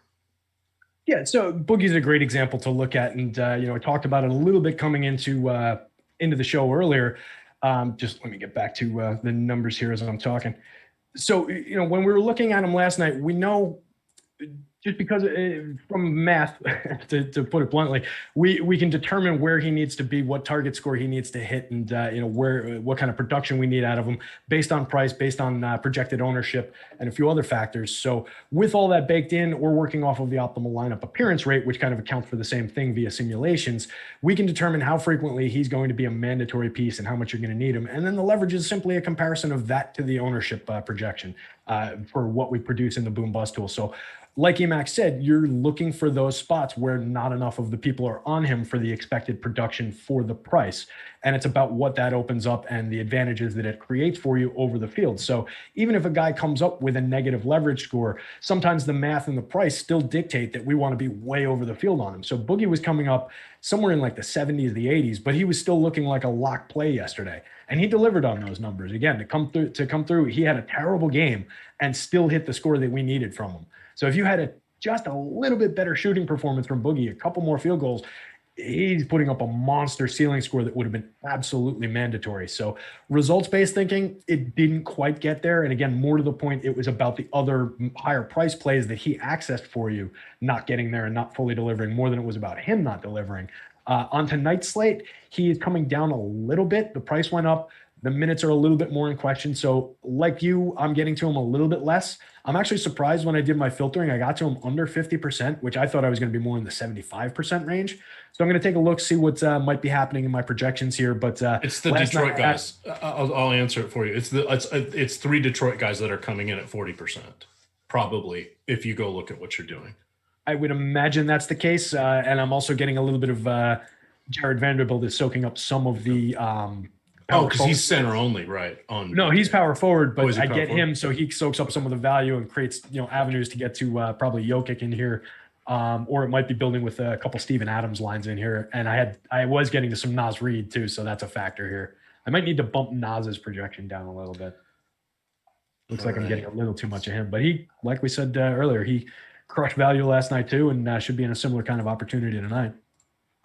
I'm confused. Why is chat keep bringing up Zach Attack here, Zach LaVine? As good at basketball? Well, yeah, he's a fine player. He's not in any kind of exceptional spot tonight, though. I mean, he looks good for exactly who he is and what we expect from Zach LaVine going up against a really tough team in the Lakers, good defensive team. So that's the hard part for me is the Lakers defense. Yeah. And I just say that if he goes nuts, hey, AD, rush out on him when he's beyond the arc. Hey, LeBron, do something. It's not like they're going to lock him down, but if he starts carrying the team and all of a sudden the Bulls are getting frisky, they're going to put somebody on him. He could even do short. They're going to put attention on him. If it's a mediocre game, yeah, maybe he can get there. His game logs on DK, okay, I stand slightly corrected here. 50, 45, 50, 54, 30, 55, 65, 59, 45. He's been great, yeah. Those are some amazing numbers. Yeah, there's no denying he's been great, but he also costs 9,200, 9,300. He's priced for the exact production spot. I just don't think it's a spot where we need to get excited about him. I would probably be a little under the field on him on FanDuel. On DK, he's not really even coming up as like a hot option. On FanDuel, you're at least getting 21.6% of the optimals. He's getting 25% ownership, though, so that pushes you into a negative leverage position like we were talking about before. On DK, it's pretty much even at like 8 and 8. So, yeah, he could deliver a nice performance, but for the upside that he really needs to hit at 9,200 over there are other options that slot in pretty well. So I don't think we need to get excited or go like massively over the field or, force him in to lineups where he's not appearing. All right. Breaking news. This is from SuperDraft. Okay. Did you know nobody has heard this yet. I just was messaged this. The promo code for SuperDraft is Awesemo21, as in 2021, Awesemo21. Deposit $50 or more. They'll put 50 into your account right away in super cash, and that will come out of your account first when you enter into contests. That is a really good deal. That's like winning $50 right off the bat. Utilize that, gamers. That's a really, really good deal. This is one of those drip bonuses. This is actual super cash that can come out. So Jonathan Major, another super chat here. He says, so sort of the gist of it, I'm going to read this, then we're going to quickly explain how to do it. So after you import your lineups from Fantasy Cruncher into your DFS, I say you do that a few hours before the game. Is there a way to recrunch and import again? Yes. As long as the games have not started, whatever you re-upload is going to overwrite whatever you have in the DFS site. At least on DK and FanDuel as well, the columns off to the far left, that's telling it what contest it is and what lineup number it is. Once players have locked, you now have to download that file back again, and you showing which players have locked. If you put that into Fantasy Cruncher under their Swaptimizer feature, it will read that those players' games have locked, and you can rerun things and then put it in after the games have started. That's the easiest way I can explain it. Anything you want to add on that one, Terry? That was a pretty killer explanation. I think Swaptimizer in general is something that people don't necessarily take advantage of quite enough. A lot of times people, I think, just jump to, all right, this guy's not going to play. Let me straight line, quick replace him with via the app. And that's not really the right thing to do. When a guy goes out and a cheaper guy comes in, that creates value all over the place. That totally changes the face of the slate. We see it during the day, but not enough people account for what happens just after lock with some of the later games. So won't be as big a deal with only an hour tonight, hopefully. But on those big slates where there's some 7 p.m. games and some 10 p.m. games, that becomes a big, big deal.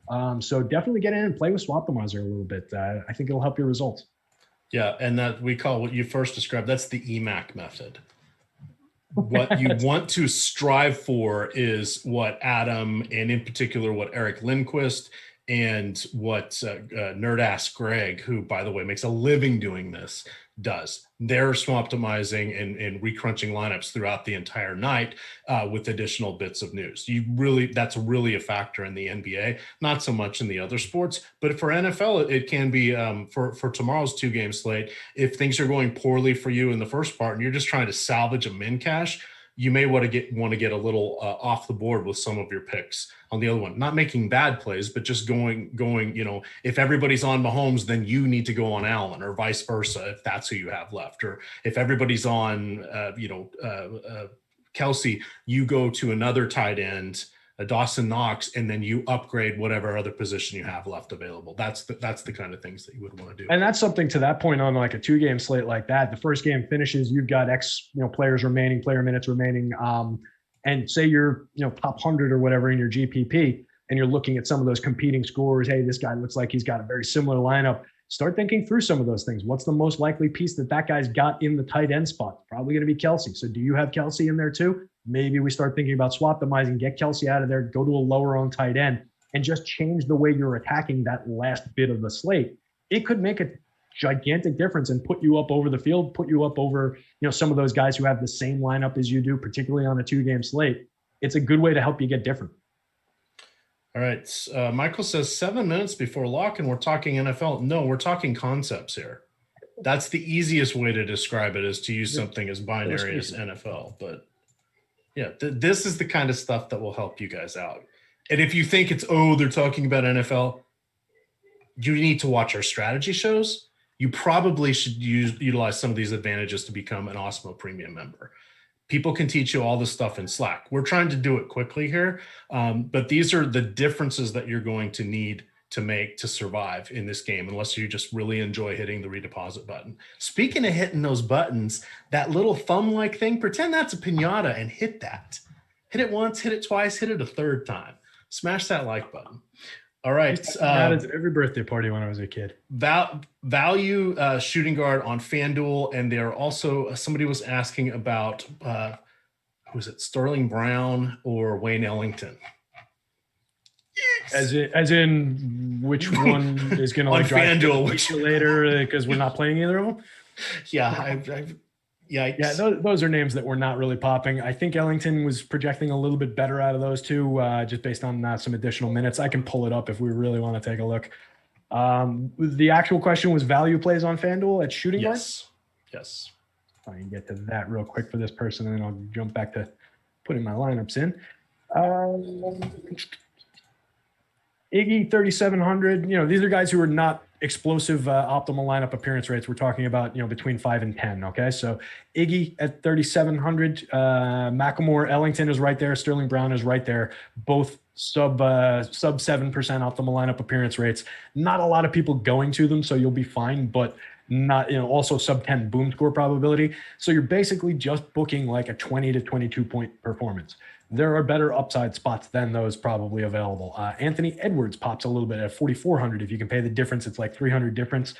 You're talking about a jump to 17.7% of optimals, 22.7% boom probability on a higher median projection. Going from there, you start getting into the mid-range at the 5,000. So those are really the value guys. All right. Anybody that you're terrified of not having tonight? Probably just based on what I'm changing right now, it would probably be not enough Boogie Cousins, and I'm down to 35%. I'm feeling okay with that. We are going in different directions. I'm forcing it to basically double that. Really?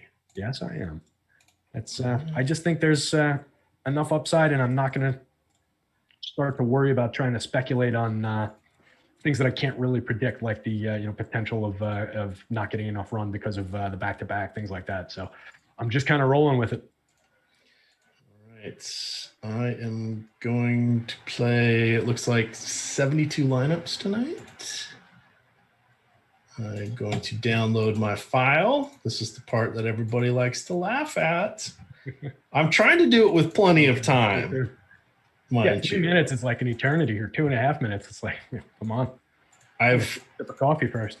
I've gotten a little better with this. It's also that's usually when I get my teeth kicked in. So there we go. Same. All right, now we're looking. Okay. Yeah, and the interesting thing from my night is I all day long was just kind of procrastinating doing things, including the immense effort of picking up my phone and just putting in my placeholder lineups.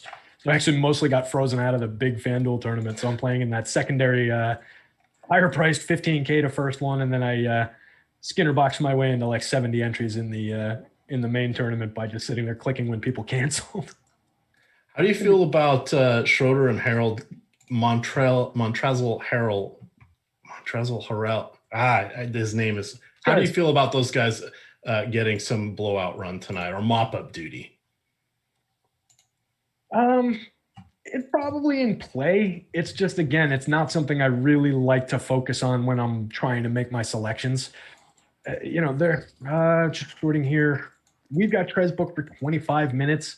Is he getting so much more significant at 5,700 on both sites if he gets 28, 30? I just don't know that he's really the piece that's going to put us over the top in that regard. So I don't think so. Schroeder, maybe a little bit just as an alternate point guard. But again, I 6,200 on FanDuel, 61 on DK. I don't think you're gaining enough ground. He's already at a 31-minute projection and not looking spectacular by any means. For me, LA always comes down to LeBron and AD. I'll take what I get of Schroeder on most nights, but tonight doesn't really look like one of those nights on either side for me. All right, I'm all uploaded there. It's terrifying when you sort and the number one lineup and the first name you see is Jordan McLaughlin. Like, really? I just click to see. Make sure he's not like a 0.1% owned guy because I'm now going to have him in 3% of my lineups. But hey, look at that. He's in my top sorted lineup too. How about that? How do we feel about Seth Curry? He did have COVID. I'm worried about the conditioning. They have most of their people back. I would say 25 minutes. Why push it? This should be an easy game in theory for them. Anything can go in the NBA during pandemic times, but it feels like it should be an easy game. Oh, Michael Petrius.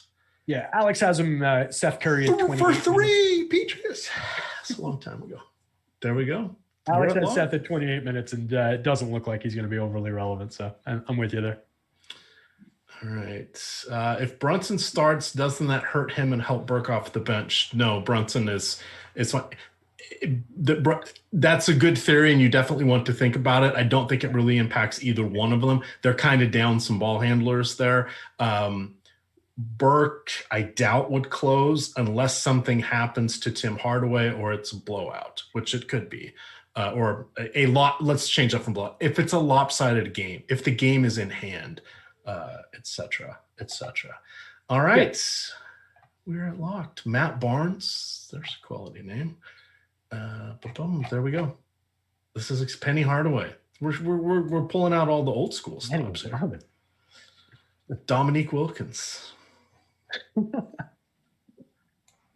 is this? Is this the dude who was talking a few weeks ago about how the mid-90s Charlotte Hornets were one of the most dominant teams of the 90s? Could be. It could be. He got shouted down awfully fast.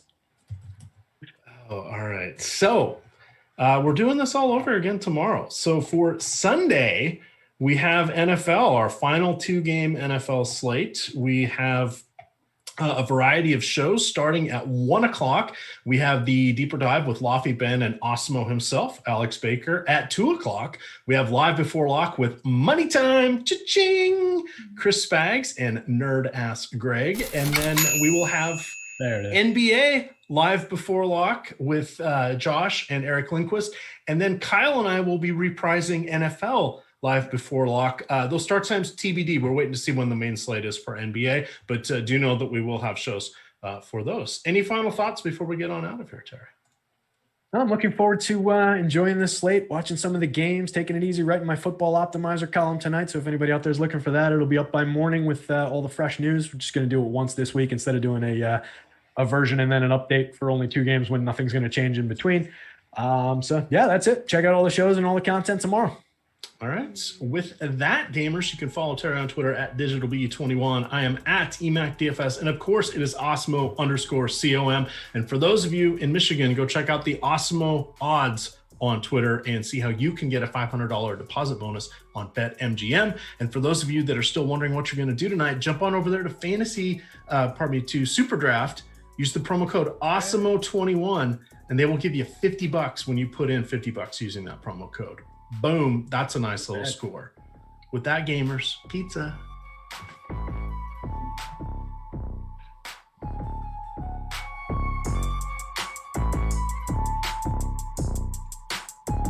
It was a fun one. Not as chaotic as it could have been. No, we lucked out.